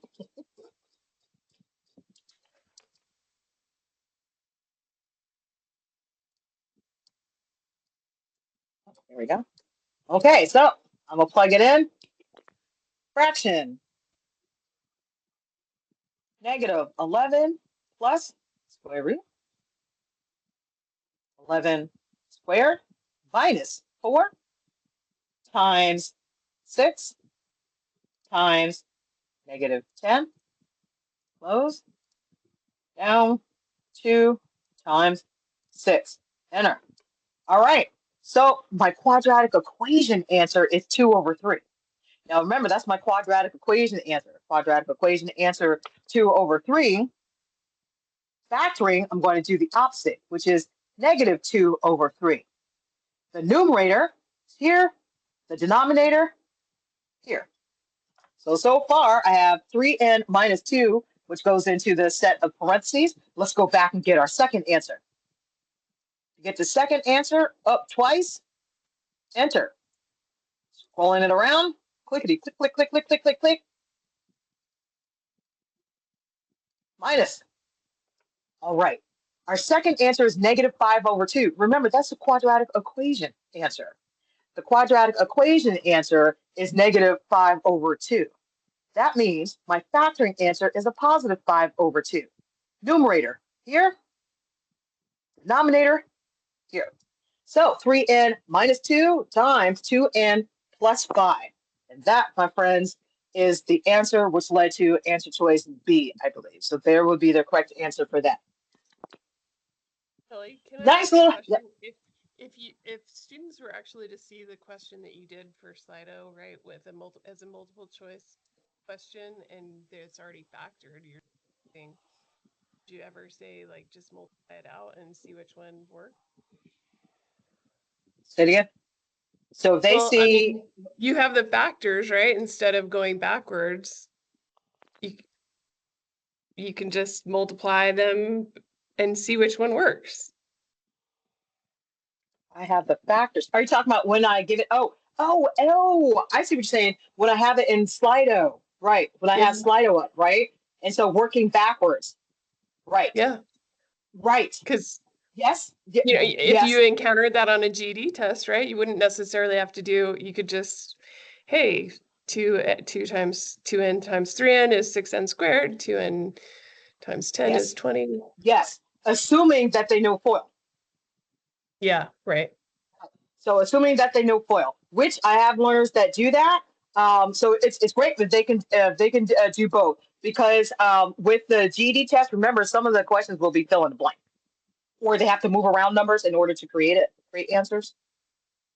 Right, right. So I you would, like I that. mean, you would still want to teach them how to do it, but on the actual Absolutely, but yes. test, yeah. Yes, they could FOIL out their answers exactly.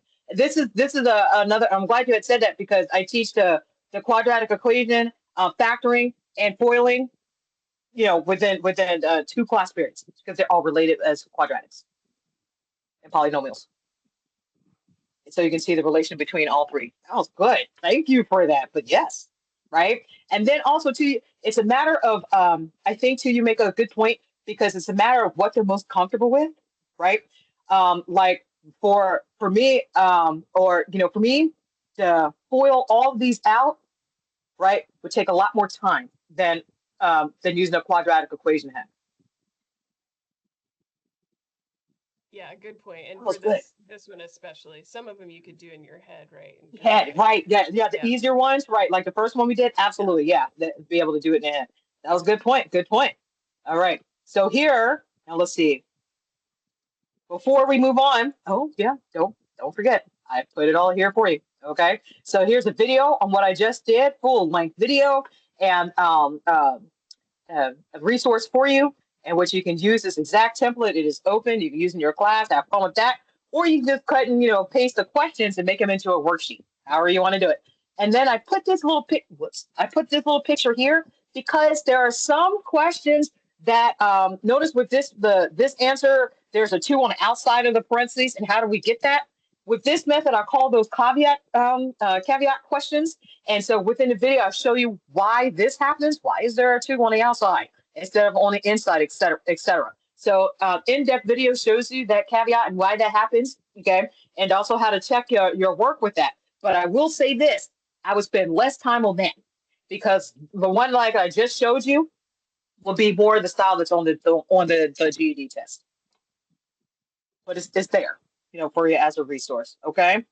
Okay, so here we go. So now we're going to get into equation of aligned things in slope-intercept form, because this is a big area in which our learners are also struggling. But before we do that, we're going to take our last break. So we're going to spend, let's do a 10-minute break, guys. We're going to do a 10-minute break, so I'll come back at 5:23. 5:23. What time is it for you? You know what time it is. Come back 10 minutes.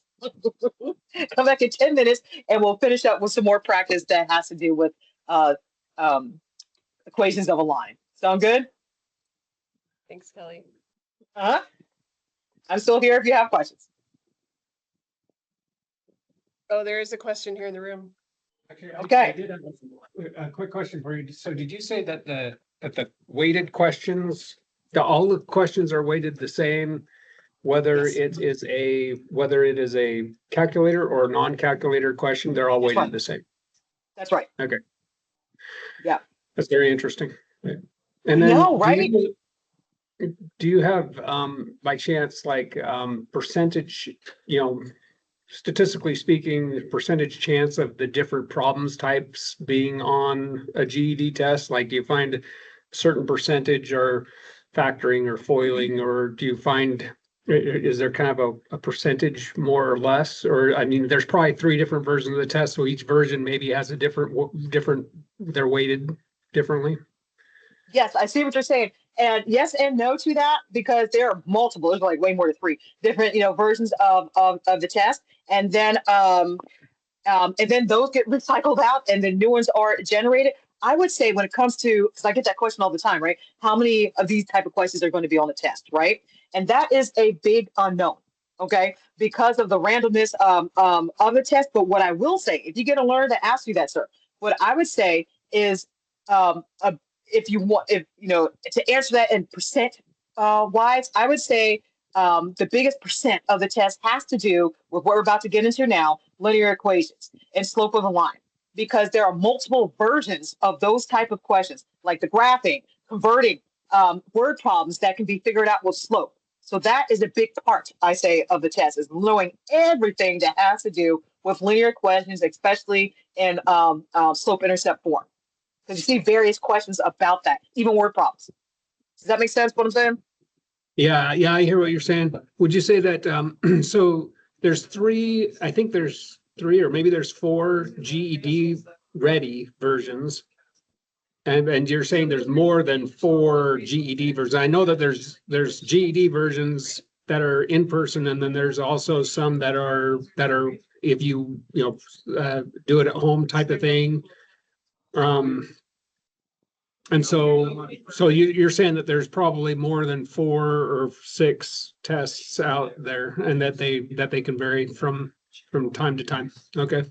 Yeah, and right. I don't even know what the number is, and I do believe whether you're taking that at a center or taking it at home, it doesn't matter, right? There's not a separate set for at home, a separate set at a center, right? And so yeah, looking at it that way, right? So I cannot say how many decimal questions that you would get, or how many undefined slope questions that you will get, because again, it also intermingles with the level of the type of question. Remember, I was going back and saying there's about 46 questions, and that's because depending on the level of the question, which is randomized. So you can get a high impact indicator question, which means this typical question is harder than another version of this question. But if you get more a high impact question, more of those, you'll have less questions altogether on your test. Okay. Yep. That's Yeah. fair. Yeah. Thank And you. if you have more questions, like I'll sending out my email address, and I can help you find out anything that you need, and so can Lisa. Yep. All right, I appreciate it. Thank you so much. You're welcome. And so I see, Kristen, I see you in chat, and they are all weighted to the same. Why do we see 143, 140, 145 scores percentage-wise? That doesn't make sense to me. I know, Christiana, I hope I'm saying your name right. I absolutely agree with that. Now, I can't give out the secret sauce of where the 143, 145, 140 something is coming from, right? But because it's a complex system that does that. But I can tell you that the questions are not weighted. It's more on how many questions that you get correct. So, but I will say the GED test service won't give out how the secret sauce, I'll call it the secret sauce, on where the 145 comes from. So, but if you, I will, Christiana, if you email me, I can do a better explanation of what you're talking about without specifically answering how they do it, because they won't let that out because of priority reasons.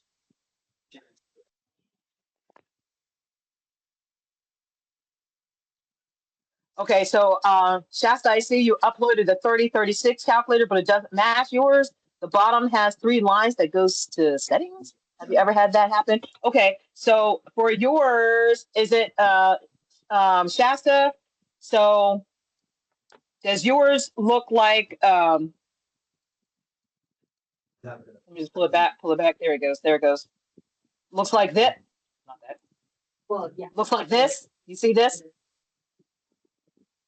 Yes, it looks exactly like Yes. that.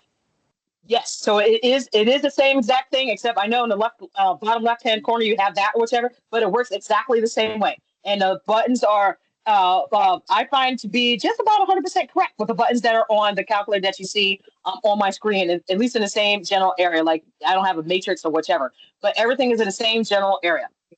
So I can't get it to go from when you're in the quadratic equation and you have the square root of like -2 squared, and then I put in like 4 plus 4 or negative, or -4, like that stays up in the square root size. You know what I'm saying? So I have my phone open right now. So give me the question again.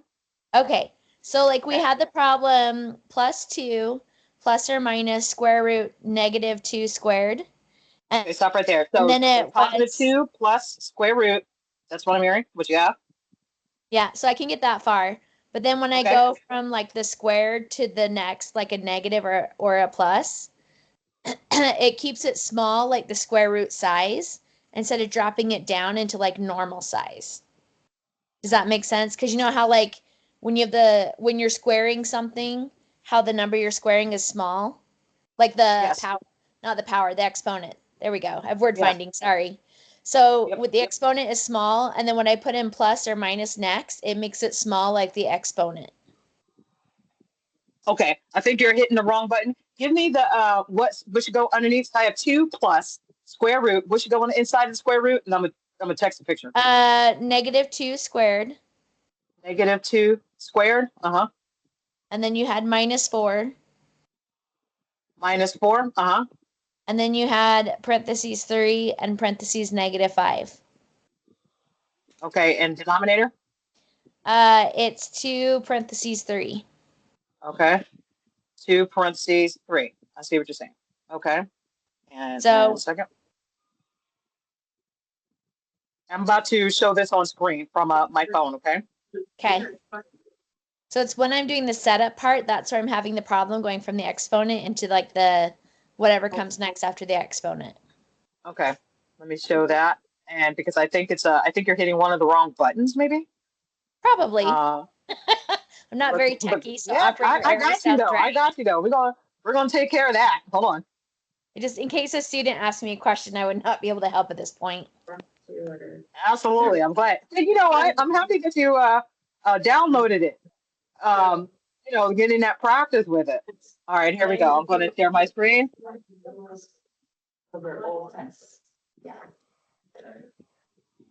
Oh, look, my Amazon's here. I had to send it to myself as as an email. But like I said, we're all BFFs now. Okay, so you see, I have the app, right? And look at the setup. Look at the setup. Is yours? Are you able to get it like this? See, I put it in exactly the way it should look.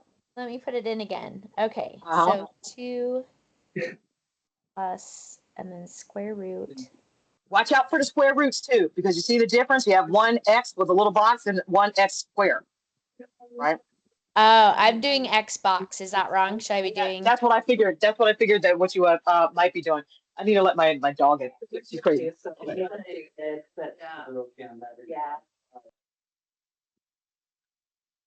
Okay. Does that help out? I'm gonna try it, and then I'll. If it doesn't work, I'll get back to you. Okay, sounds good. But I'm glad you asked. Thank you so much. Can I ask one additional question? Yep. Okay, so you're talking the secret sauce that, that GED uses to figure out the scores. So my question is, like, when I send kids off, I don't really, when I'm sending them off to take the real deal test, the GED test, I usually don't feel comfortable sending them off until they have like a 151 or so. That, like, if they're getting a 145, even though it says go ahead and send them, there's no way I would send them at a Yeah. 145. I That's not know, going to happen. dude. I know. And between you and I, because like I said, we're all BFFs now, right? Uh, I fight with the rest of the board members all the time because, of course, I'm coming in from the perspective as an educator, as one of you, right? And I'm coming in also too as a graduate. I hate that. Let me tell you what's up with that. Just between us, okay? Um, you get to 145, and I call it a false positive. If a student gets 145, even if they get 140 and it says, "Ooh, you're close," to me, it's a false positive. Y'all know what I'm talking about. We're educators. We know what we're talking about, right? So, but I also, and it kills me, man, but I'm fighting. I'm fighting for us, because you got to remember too, GD testing service is a business. Okay. Yeah. It is a business. So it is a little bit of a money making factor, but things are changing. Things are changing because this is what I've been fighting for a long time, and I'm making progress with it. And I got you guys who have my back, who've been saying the same thing, and so if I call on you to help, rally the troops, I'm gonna do that. And I do exactly what you do. For my learners, the only reason why I have 100% pass rate with my learners is because I tell them to take that practice test 3 times in a row. Get 150 or 155 or better, you will confidently pass the test. And that's because, of course, every time you take the test, you're going to see different questions. It's some of the same, some of the different questions, right? So, and that's what I tell them. And then I also, too, to reinforce that, one of the things that you do not see on any of the practice test questions, because I've taken that test so many times, I've maxed out the bank. I know every single practice test questions. You can go ahead and email me about that. I'm just saying. Okay, so and then just saying.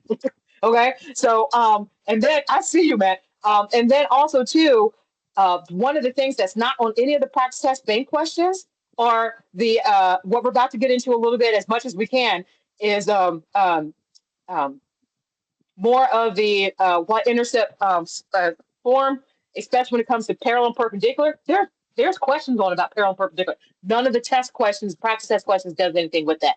And then more questions in which you use the slope in order to figure out an average between different scenarios of word problems, right?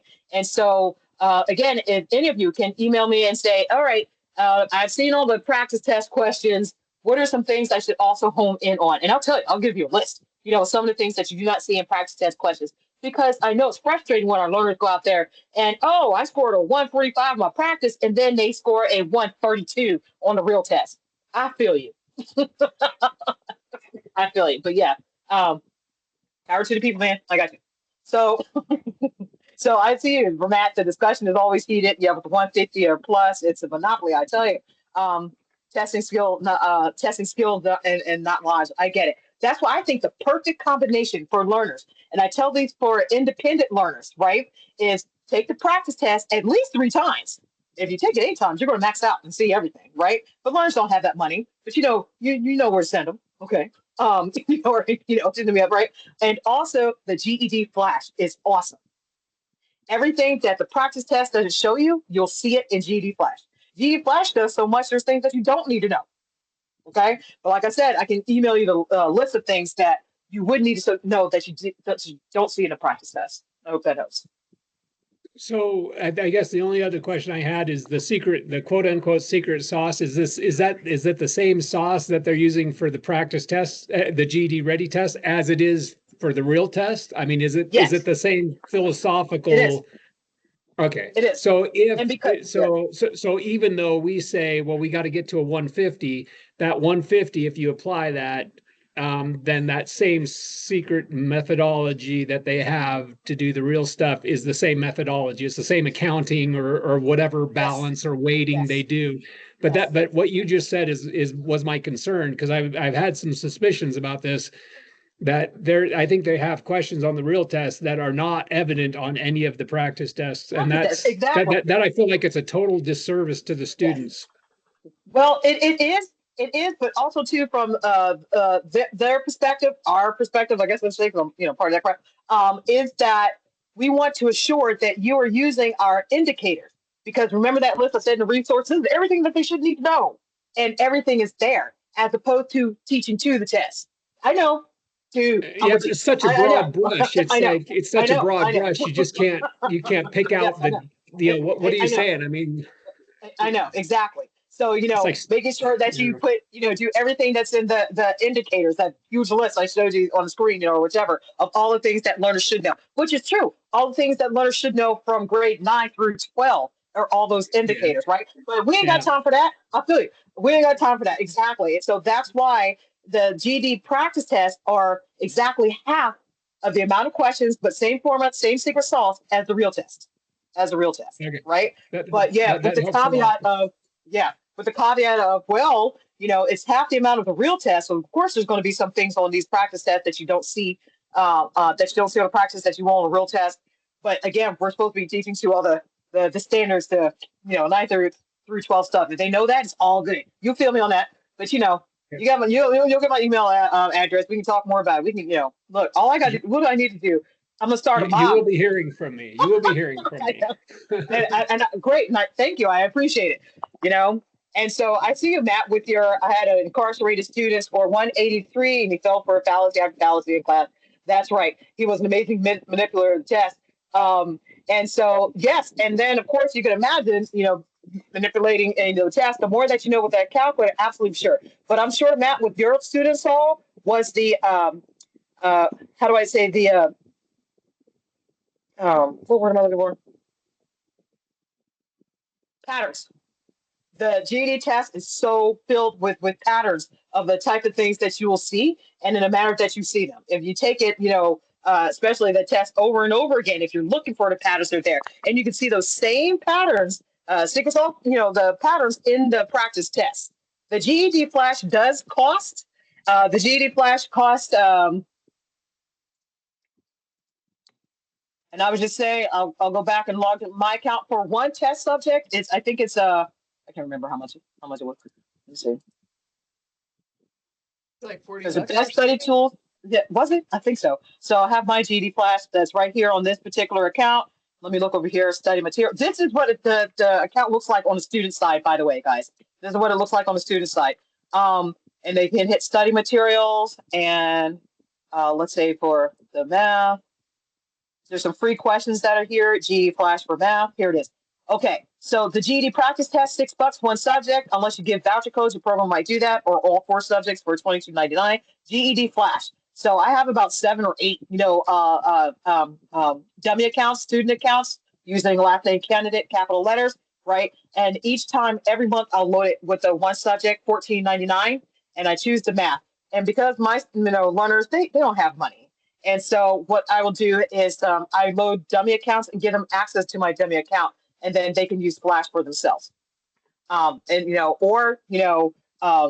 can screenshot if you make your own dummy account and screenshot some of the Flash questions and bring them forth to class, right? Especially the type of questions that are not on the practice test. Okay. Again, I'm all about if you want to learn every high impact indicator concept, 9 through 12th grade. Okay. But let's be realistic. We are working with adults. Like I'm saying, we're working with adults, and we ain't got time for that. These adults want to go on with their life. So yeah. So I'm all about, I get the point as an educator, just like you guys do. I get the point, so thank you, Lisa. I see you. A point of making sure that they know and understand all the concepts too, but there's a time when it's just about time to teach the test. Okay, so we use a Kaplan book, and it can be frustrating with lists of skill with no pages to study for my units. Matt, when you use Kaplan book, and it can be frustrating when it lists a skill with no pages. Matt, do you hook the practice test score to the Kaplan book? My answer for that. And Lisa, for the that discount code, which was the discount code?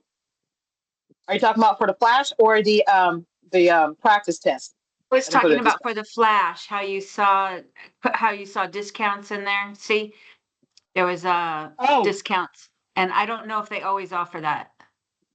Oh, I thought the $14.99 was the regular price. I've never seen Yeah, discount. no. You see the red and the Oh, that's right. Do you see the 18% off? Is that what you're talking yeah. about? Yes. That's Okay, what I'm that's good. talking. Thank you. So 18% off. So watch out for that when you guys are in your learner account. Thank you, Lisa. But I would say that if you're buying like GD ready tests, Yeah. do it through GD Direct or through publishers, so you're not paying Mm-hmm. $7. The disc or the GED Direct or GED Marketplace, right? And then also too, and Lisa has lots more information than I do about working with the products that we have. Matt and Lisa, did you put your email in chat for everybody? Lisa, your Yeah, I regional put my manager there. email address in there. Okay. And then to get to GED Marketplace, Becky, Lisa, can you find a Marketplace website and put that in chat as well? Well, if you go into just GED.com and then go to shop under That's right. then it takes you directly to GED Marketplace. Now that doesn't have the discounted ready tests, but if you have GED Manager and you go to GED Direct and purchase, then they have bulk pricing. So GED Marketplace does not have a discount for ready tests, but GED Direct has bulk pricing and even starts out lower. And as Stephanie said, the publishers buying directly from them have it discounted too.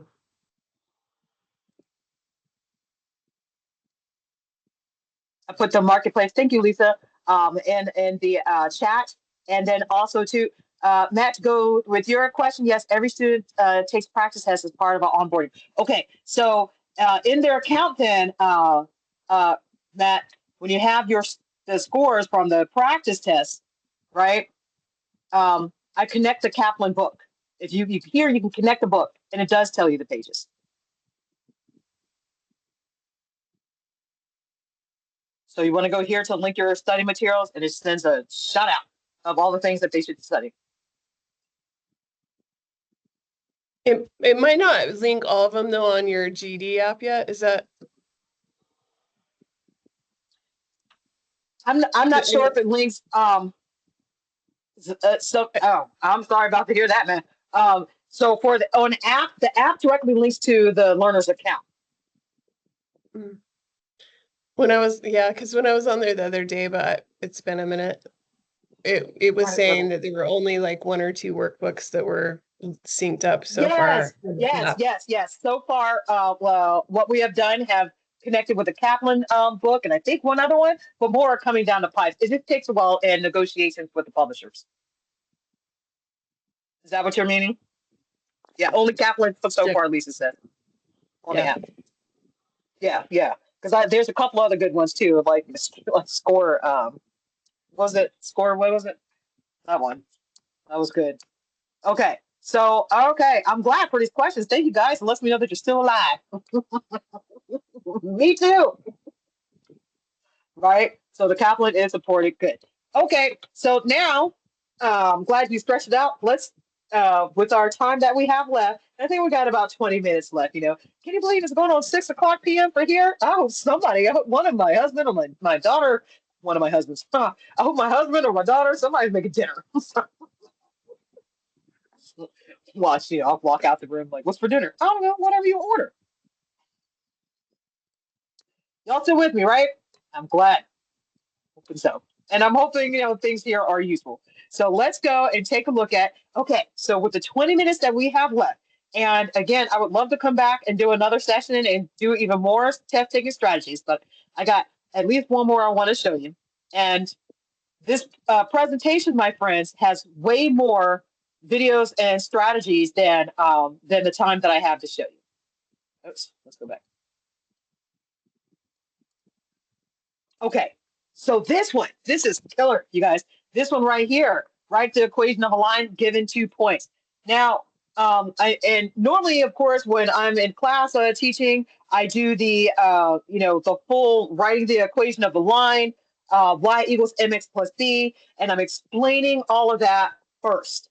But with you guys, I know you're experienced with math. I want to show you another quick test taking strategy when it comes to this. Okay, there are questions not on the practice test, my friends, not on any of the practice test questions, in which learners will see write an equation of a line in slope-intercept form using the given points. And it's this formula, the rise, run, all of that. It hits multiple different concepts within the test. Now, what I've seen studies have shown is that students struggle with this. How to take these 2 points to get this equation of a line in slope-intercept form.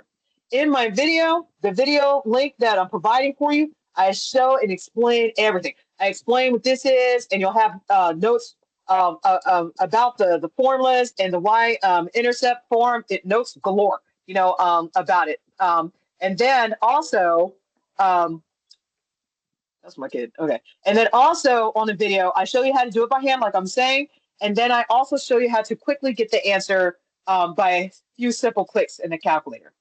All right. So for that purpose, this is what we're going to do. We're going to pretend we understand the y equals mx plus b. You'll understand this formula and what it means, right? So again, I got videos that explain that. And then you understand how to get your answer by hand, right? By using this rise over run formula. Okay. And what I want to show you when you're doing it by hand, and learners sometimes will take a few minutes in order to get the answer. I'm going to show you how to get the answer in a few seconds simply just by plugging things into the calculator. Okay. Those who have experience teaching this know what I'm talking about. So with this formula, y equals mx plus b, the main point, in order to get your answer, you need 2 numbers. You need a number for m and you need a number for b. I have 2 points. And out of working this, I have 5 for my m and a -2 number for my b. You can see your y-intercept and you can see your slope. Doing it by hand, practice in class, by class, right? I'm going to show you how to plug it simply into the calculator so that you can make sure you can assure your learners that they're getting a correct answer. A few simple clicks and you can do it, okay? So here we go.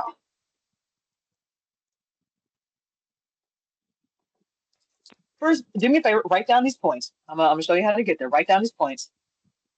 And we're going to say that your learners, have this question. Write the equation of a line, slope-intercept form, when given these 2 points.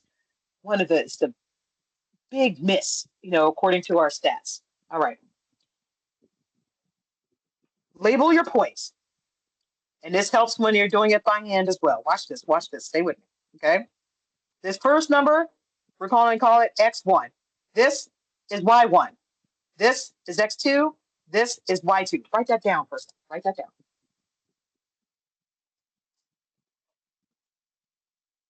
Now, your learners, we're going to pretend they know how to do it by hand because you showed them or you learned it yourself. You can watch my YouTube, refresh yourself on how to do it by hand. This is how to quickly get it for test-taking strategies in the calculator. All right. Here we go. I'm going to do it this way. Here it is. Having this written down, go to the calculator, and here's what's up. Let's say we have y equals, this is how you're going to write it, mx plus b. We need the m number and we need the b number. That's what the calculator is going to do for us. Here it is. Watch these steps. Okay. First button to hit. How to do it quickly in the calculator. Data. You make sure everything is cleared out here. Just cleared out because when you hit data, this is what it should look like. This first column, I'm going to put my X numbers. The second column, I'm going to put my Y numbers. What was my first X number? My first X number was a 2, right? Let me double check. That's right. My first X number is a 2. My second X number is a 1. That's how we're going to plug it in. This first column is for your X numbers, okay? So I'm going to put 2, enter, 1, enter. Remember, this is a bit of a hack, okay? Remember, the second column are for your Y numbers. That first Y number I had was an 8, I believe, right? Yep, first Y number is 8. Second Y number is a 3. So that's what I'm going to put in. 8, enter. 3, enter. All right? Now that you have your table filled out, never mind that third column. You don't need it. This is where you go. You're going to hit the second button, then mode. Don't freak out. I know it looked like it cleared everything out, but it didn't. Then I want you to hit the second and the mode button again. right? And then I'm going to hit my, oops, almost like I cleared that one on. Let me go back to my data. There it is. Second mode, second data. That's what I was looking for. Let me go back since I messed up the order of that.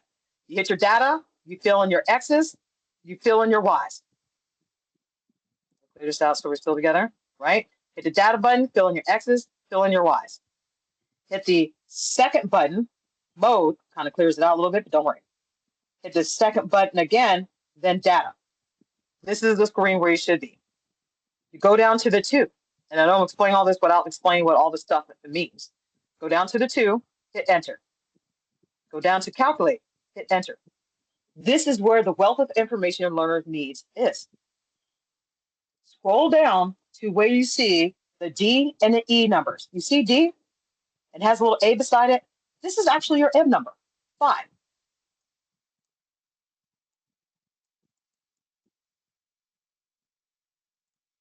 The next number, your E number, and it has a B beside it, that's your B number, -2. Done. Let's do that again.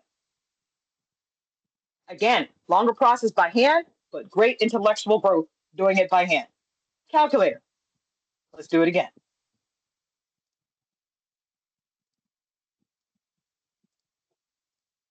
We'll clear these out so we can do it all over again.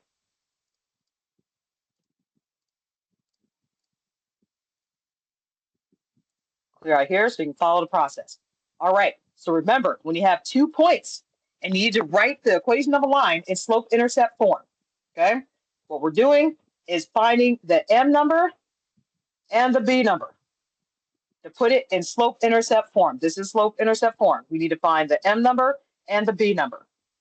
Do it by hand, watch the video. Do it by calculator, save some time. Step 1, you're going to hit data. First column, your X numbers. Remember, our X numbers are 2, X1 is 2, X2 is 1. So 2, then 1. Okay? 2, enter. 1, enter. The second column are for your Y numbers. Our Y numbers, 8 and 3. Okay? Go over, 8, enter. 3, enter. Right? Next, second mode. Looks like a blank screen. Next, second data. Go down to the variable stats, number 2. Enter. Go down to calculate. Enter. This is where your wealth of information is. Go down to the letters D and E. Okay. Go down to letters D and E. D is the slope number, 5. The M number, the slope number. So that you can plug in. There you go, 5. Put your X back. E is the B number, -2. So I can plug that in, -2. Answer is complete. That's one of the biggest strategies that I could possibly ever offer you. See how we are with that. There we go. Let me see. Everybody good with that? You want to see another? There you do. You want to practice another?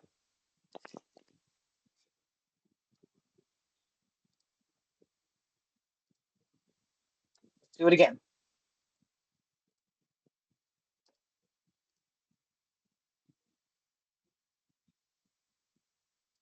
All right.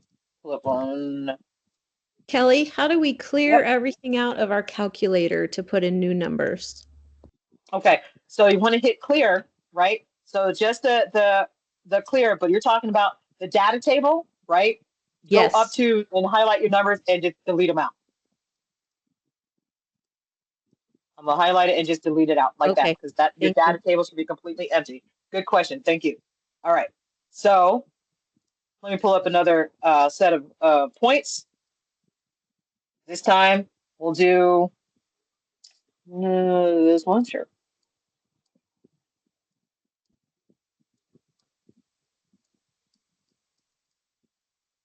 There we go.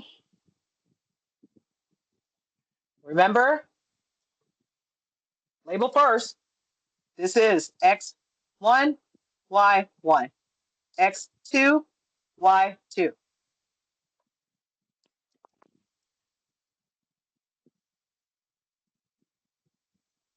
We fill in the data table first. Here we go. Hit data. The first column are your X numbers. Remember our first X number, that was a 0, I believe, right? Yep, 0. Second X number, -1. Okie dokie. 0, enter. -1, enter. Go over to the second column. Your Y numbers. Our Y numbers, first one is -8, second one is -1. Okay. -8, enter. -1, enter. From here, you hit the second button, then mode, because you have to change the mode. I know it looks like it clears out, but then hit the second button again and hit data. Go down to the 2 variable stats, enter. Go down to calculate, enter. This is where your information is. Scroll down to letters D and E. D, which is the A, -7, that's your slope number. Okay.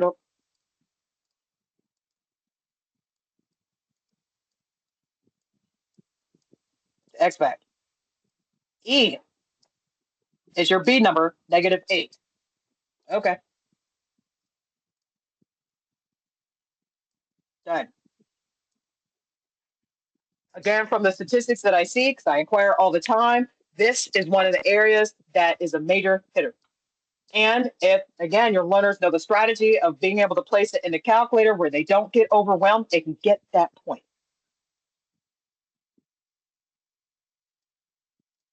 All right. Oh, I feel you, man. Okay. So I want to practice one also to where you get a fraction answer. Let's take a look at one where you get a fraction answer, okay? Because lots of times you'll get fraction answers and how to handle that because it looks a little bit different. All right. So I'm going to do another one. Oh, here we go. Man. You know, I wonder how many hours it takes to fly to Utah, and so I can show up to somebody's house for dinner. Okay, here we go. Let me do this one. This one I know is going to give us a fraction answer. Which, and look, I got like cricket sounds. Nobody would host me if I came over. Lisa, I know you got my back.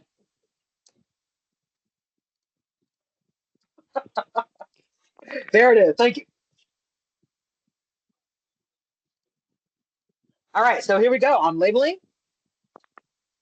Write these coordinates down and let's label. You know how to label now. I have x1, y1, x2, y2.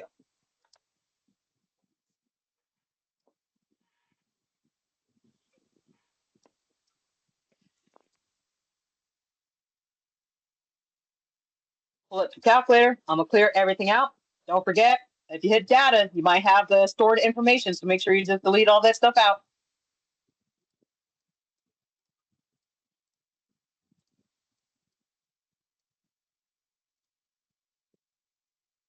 We start fresh. Step 1, yep, that data table. First column, your X numbers. My X number was 9 and -3. Okay, 9, enter. -3, enter. Over to the second column for your Y numbers. My Y numbers were -1 and 7. Okay, -1, enter. 7, enter. There it is. Next part, second button and mode. Then again, second button and data. Go down to the 2 stat variable. Enter. Go down to calculate. Clickety click, click. Enter. Scroll down to your answers. The D and the E. Now look at this. See, this is what I meant by a decimal answer. You see your M number, D, is a decimal. Now you see your B number is a 5. Let's write down the B number first. That way, because you know that one's easy, right? So far I have Y equals, I'm looking for my M number, but I see my B number is a +5. I want to transform that slope number, the M number, into a fraction. Okay, that's helpful in fraction form, especially when you get to graphing. Won't have time to get to graphing today, but maybe another time, and that'll be great on how to graph them. When you graph, you want it actually in fraction form, not decimal form, especially particularly the type of questions that are on the GED test. It's better if they're fractions, trust me. Okay, so I'm going to change this D number, this M number, into a fraction. Okay, now some students can convert it very easily in their head. If not, I want them to do this. There you go. Make sure it's highlighted. Make sure the D is highlighted. Okay. Once the D is highlighted, I'm gonna hit enter, and I got this. Once I got that there, I'm going to hit the second button, and then this. See that button that has x 10 to the nth power, you know, and what this is the converter of improper fractions and decimals. You hit that, you get that, that's up there. Hit enter again, there's your fraction form, -2/3. I'm gonna show that again. Hold on, let me just put that in. We now know my M number is -2/3.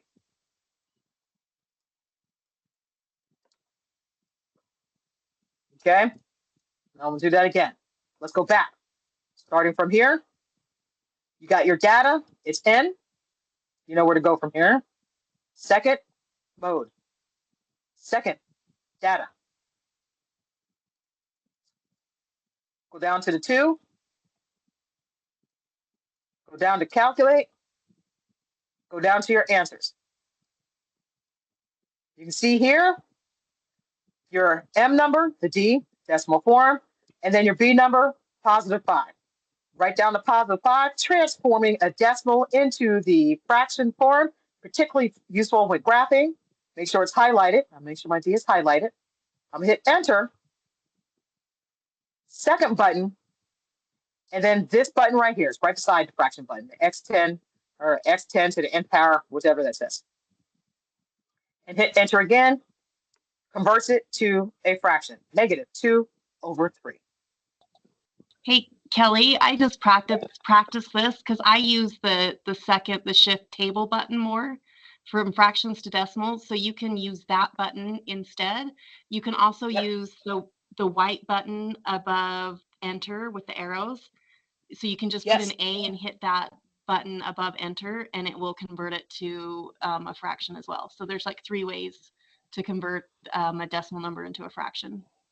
Yes, yeah, and, you know, right, especially when you're just doing calculations with just that, you know, so the various ways of doing it. Let me do the way that you had said. So let me go back. So you have, I want you to speak it out loud. Hold on a second. The method that you use, let me go back to my data. There it is. Okay, here.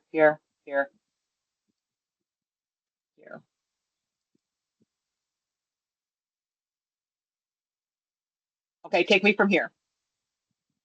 So from here, you hit enter to get A on your screen, the number that A is equal to. And then you can either hit second table or the white button with the arrows above enter. Oh, the toggle button. Right. Okay, Yeah, right. Yeah. So either you're saying here and table? Table. Yes. And then enter? Yes. Good, that's So good. probably the quickest would be the toggle button. Toggle button, right. I completely forgot about the toggle button. I use that all the time. And so, or, let me go back.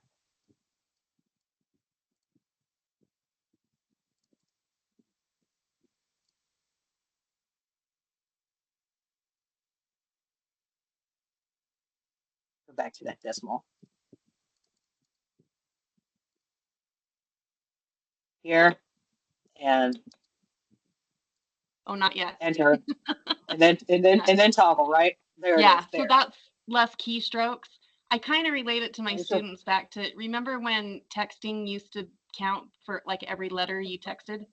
And so, or you had the keyboard and you had to hit like 2-3 times to get the C. So that's what I talk to my students about. This will save you some keystrokes so you can get it in faster. I like the analogy. He said take you forever, right? That was good. And then also too, the remainder minutes that we have, my friends. So I just want to show you what's in this presentation. Remember, lots of things, everything is hyperlinked. You have the manual version of how to write the equation on line given 2 points by hand. You have the calculator version I was just showing you. You have your resource that's there. And then also too, let's see, we go into, converting equation of a line in slope-intercept form. So it goes into, if your students struggle with how to take an equation that is not in slope-intercept form, for example, there we go, like this, and how to convert it into slope-intercept form, they'll definitely need to know how to do that. A video that goes through that process, you can either take it as a refresher for yourself, or send it to your learners directly. You have 2 resources for that one right there. And then strategies for graphing too. So here you'll have strategies how to graph, especially for the multiple choice questions. You cannot graph on the GED test yourself. So you have to be able to pick from multiple choice, which is the correct graph. There is a 3-method strategy on how to do that quickly and efficiently within seconds. So that is there for you. You can watch the videos on that. And I provided extra resources for how to do that as well here, because that's a good one. So the video on how to, and these are flat out worksheets. When you click on these links, they are Google Drive links, but you should be able to see them even if you're not using a Google account. So you should still be able to open up, because I made it as a free resource for everybody, even without the Google account. And parallel and perpendicular lines. We have already had some great discussion about this. So how to do parallel and perpendicular lines quickly and efficiently for test taking strategies, and the resources that go along with that. Here and here and here.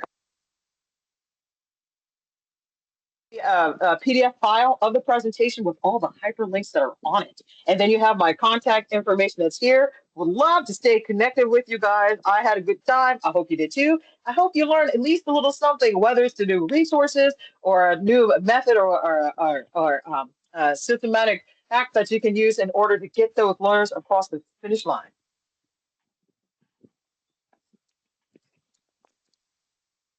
Okay.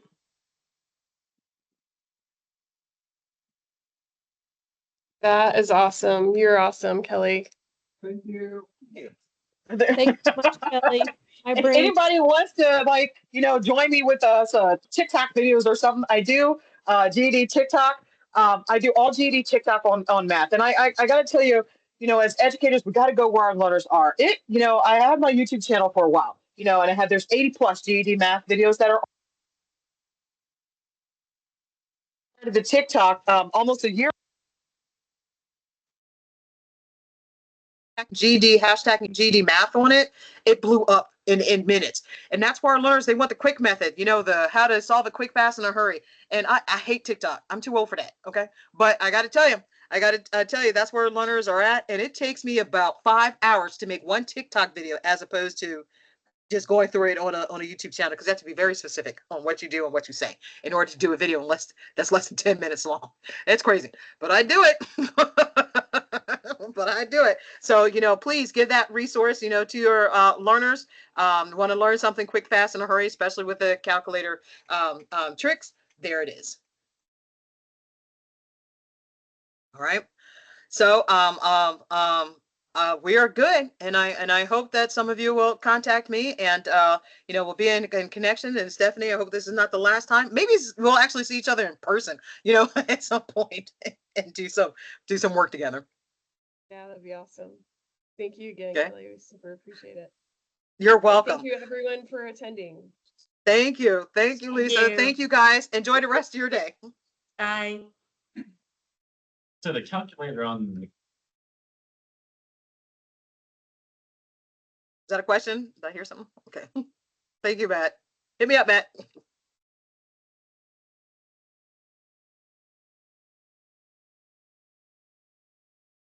Thank you, Kip. I see that.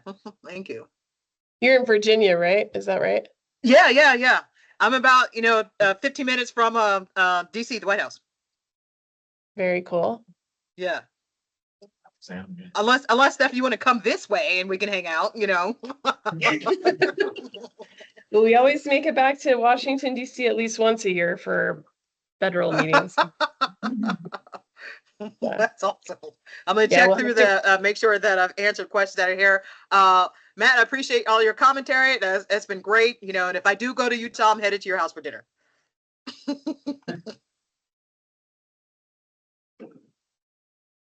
Good, good, good. And then, Stephanie, if you want me to, if you feel that someone is not getting the QR code right, and I'll email you the PDF directly. That way you can just kind of pass it on like that too. Okay. Yeah, perfect. All right. All right. So I'm going to leave now. I think we're good to go. I saw all the comments.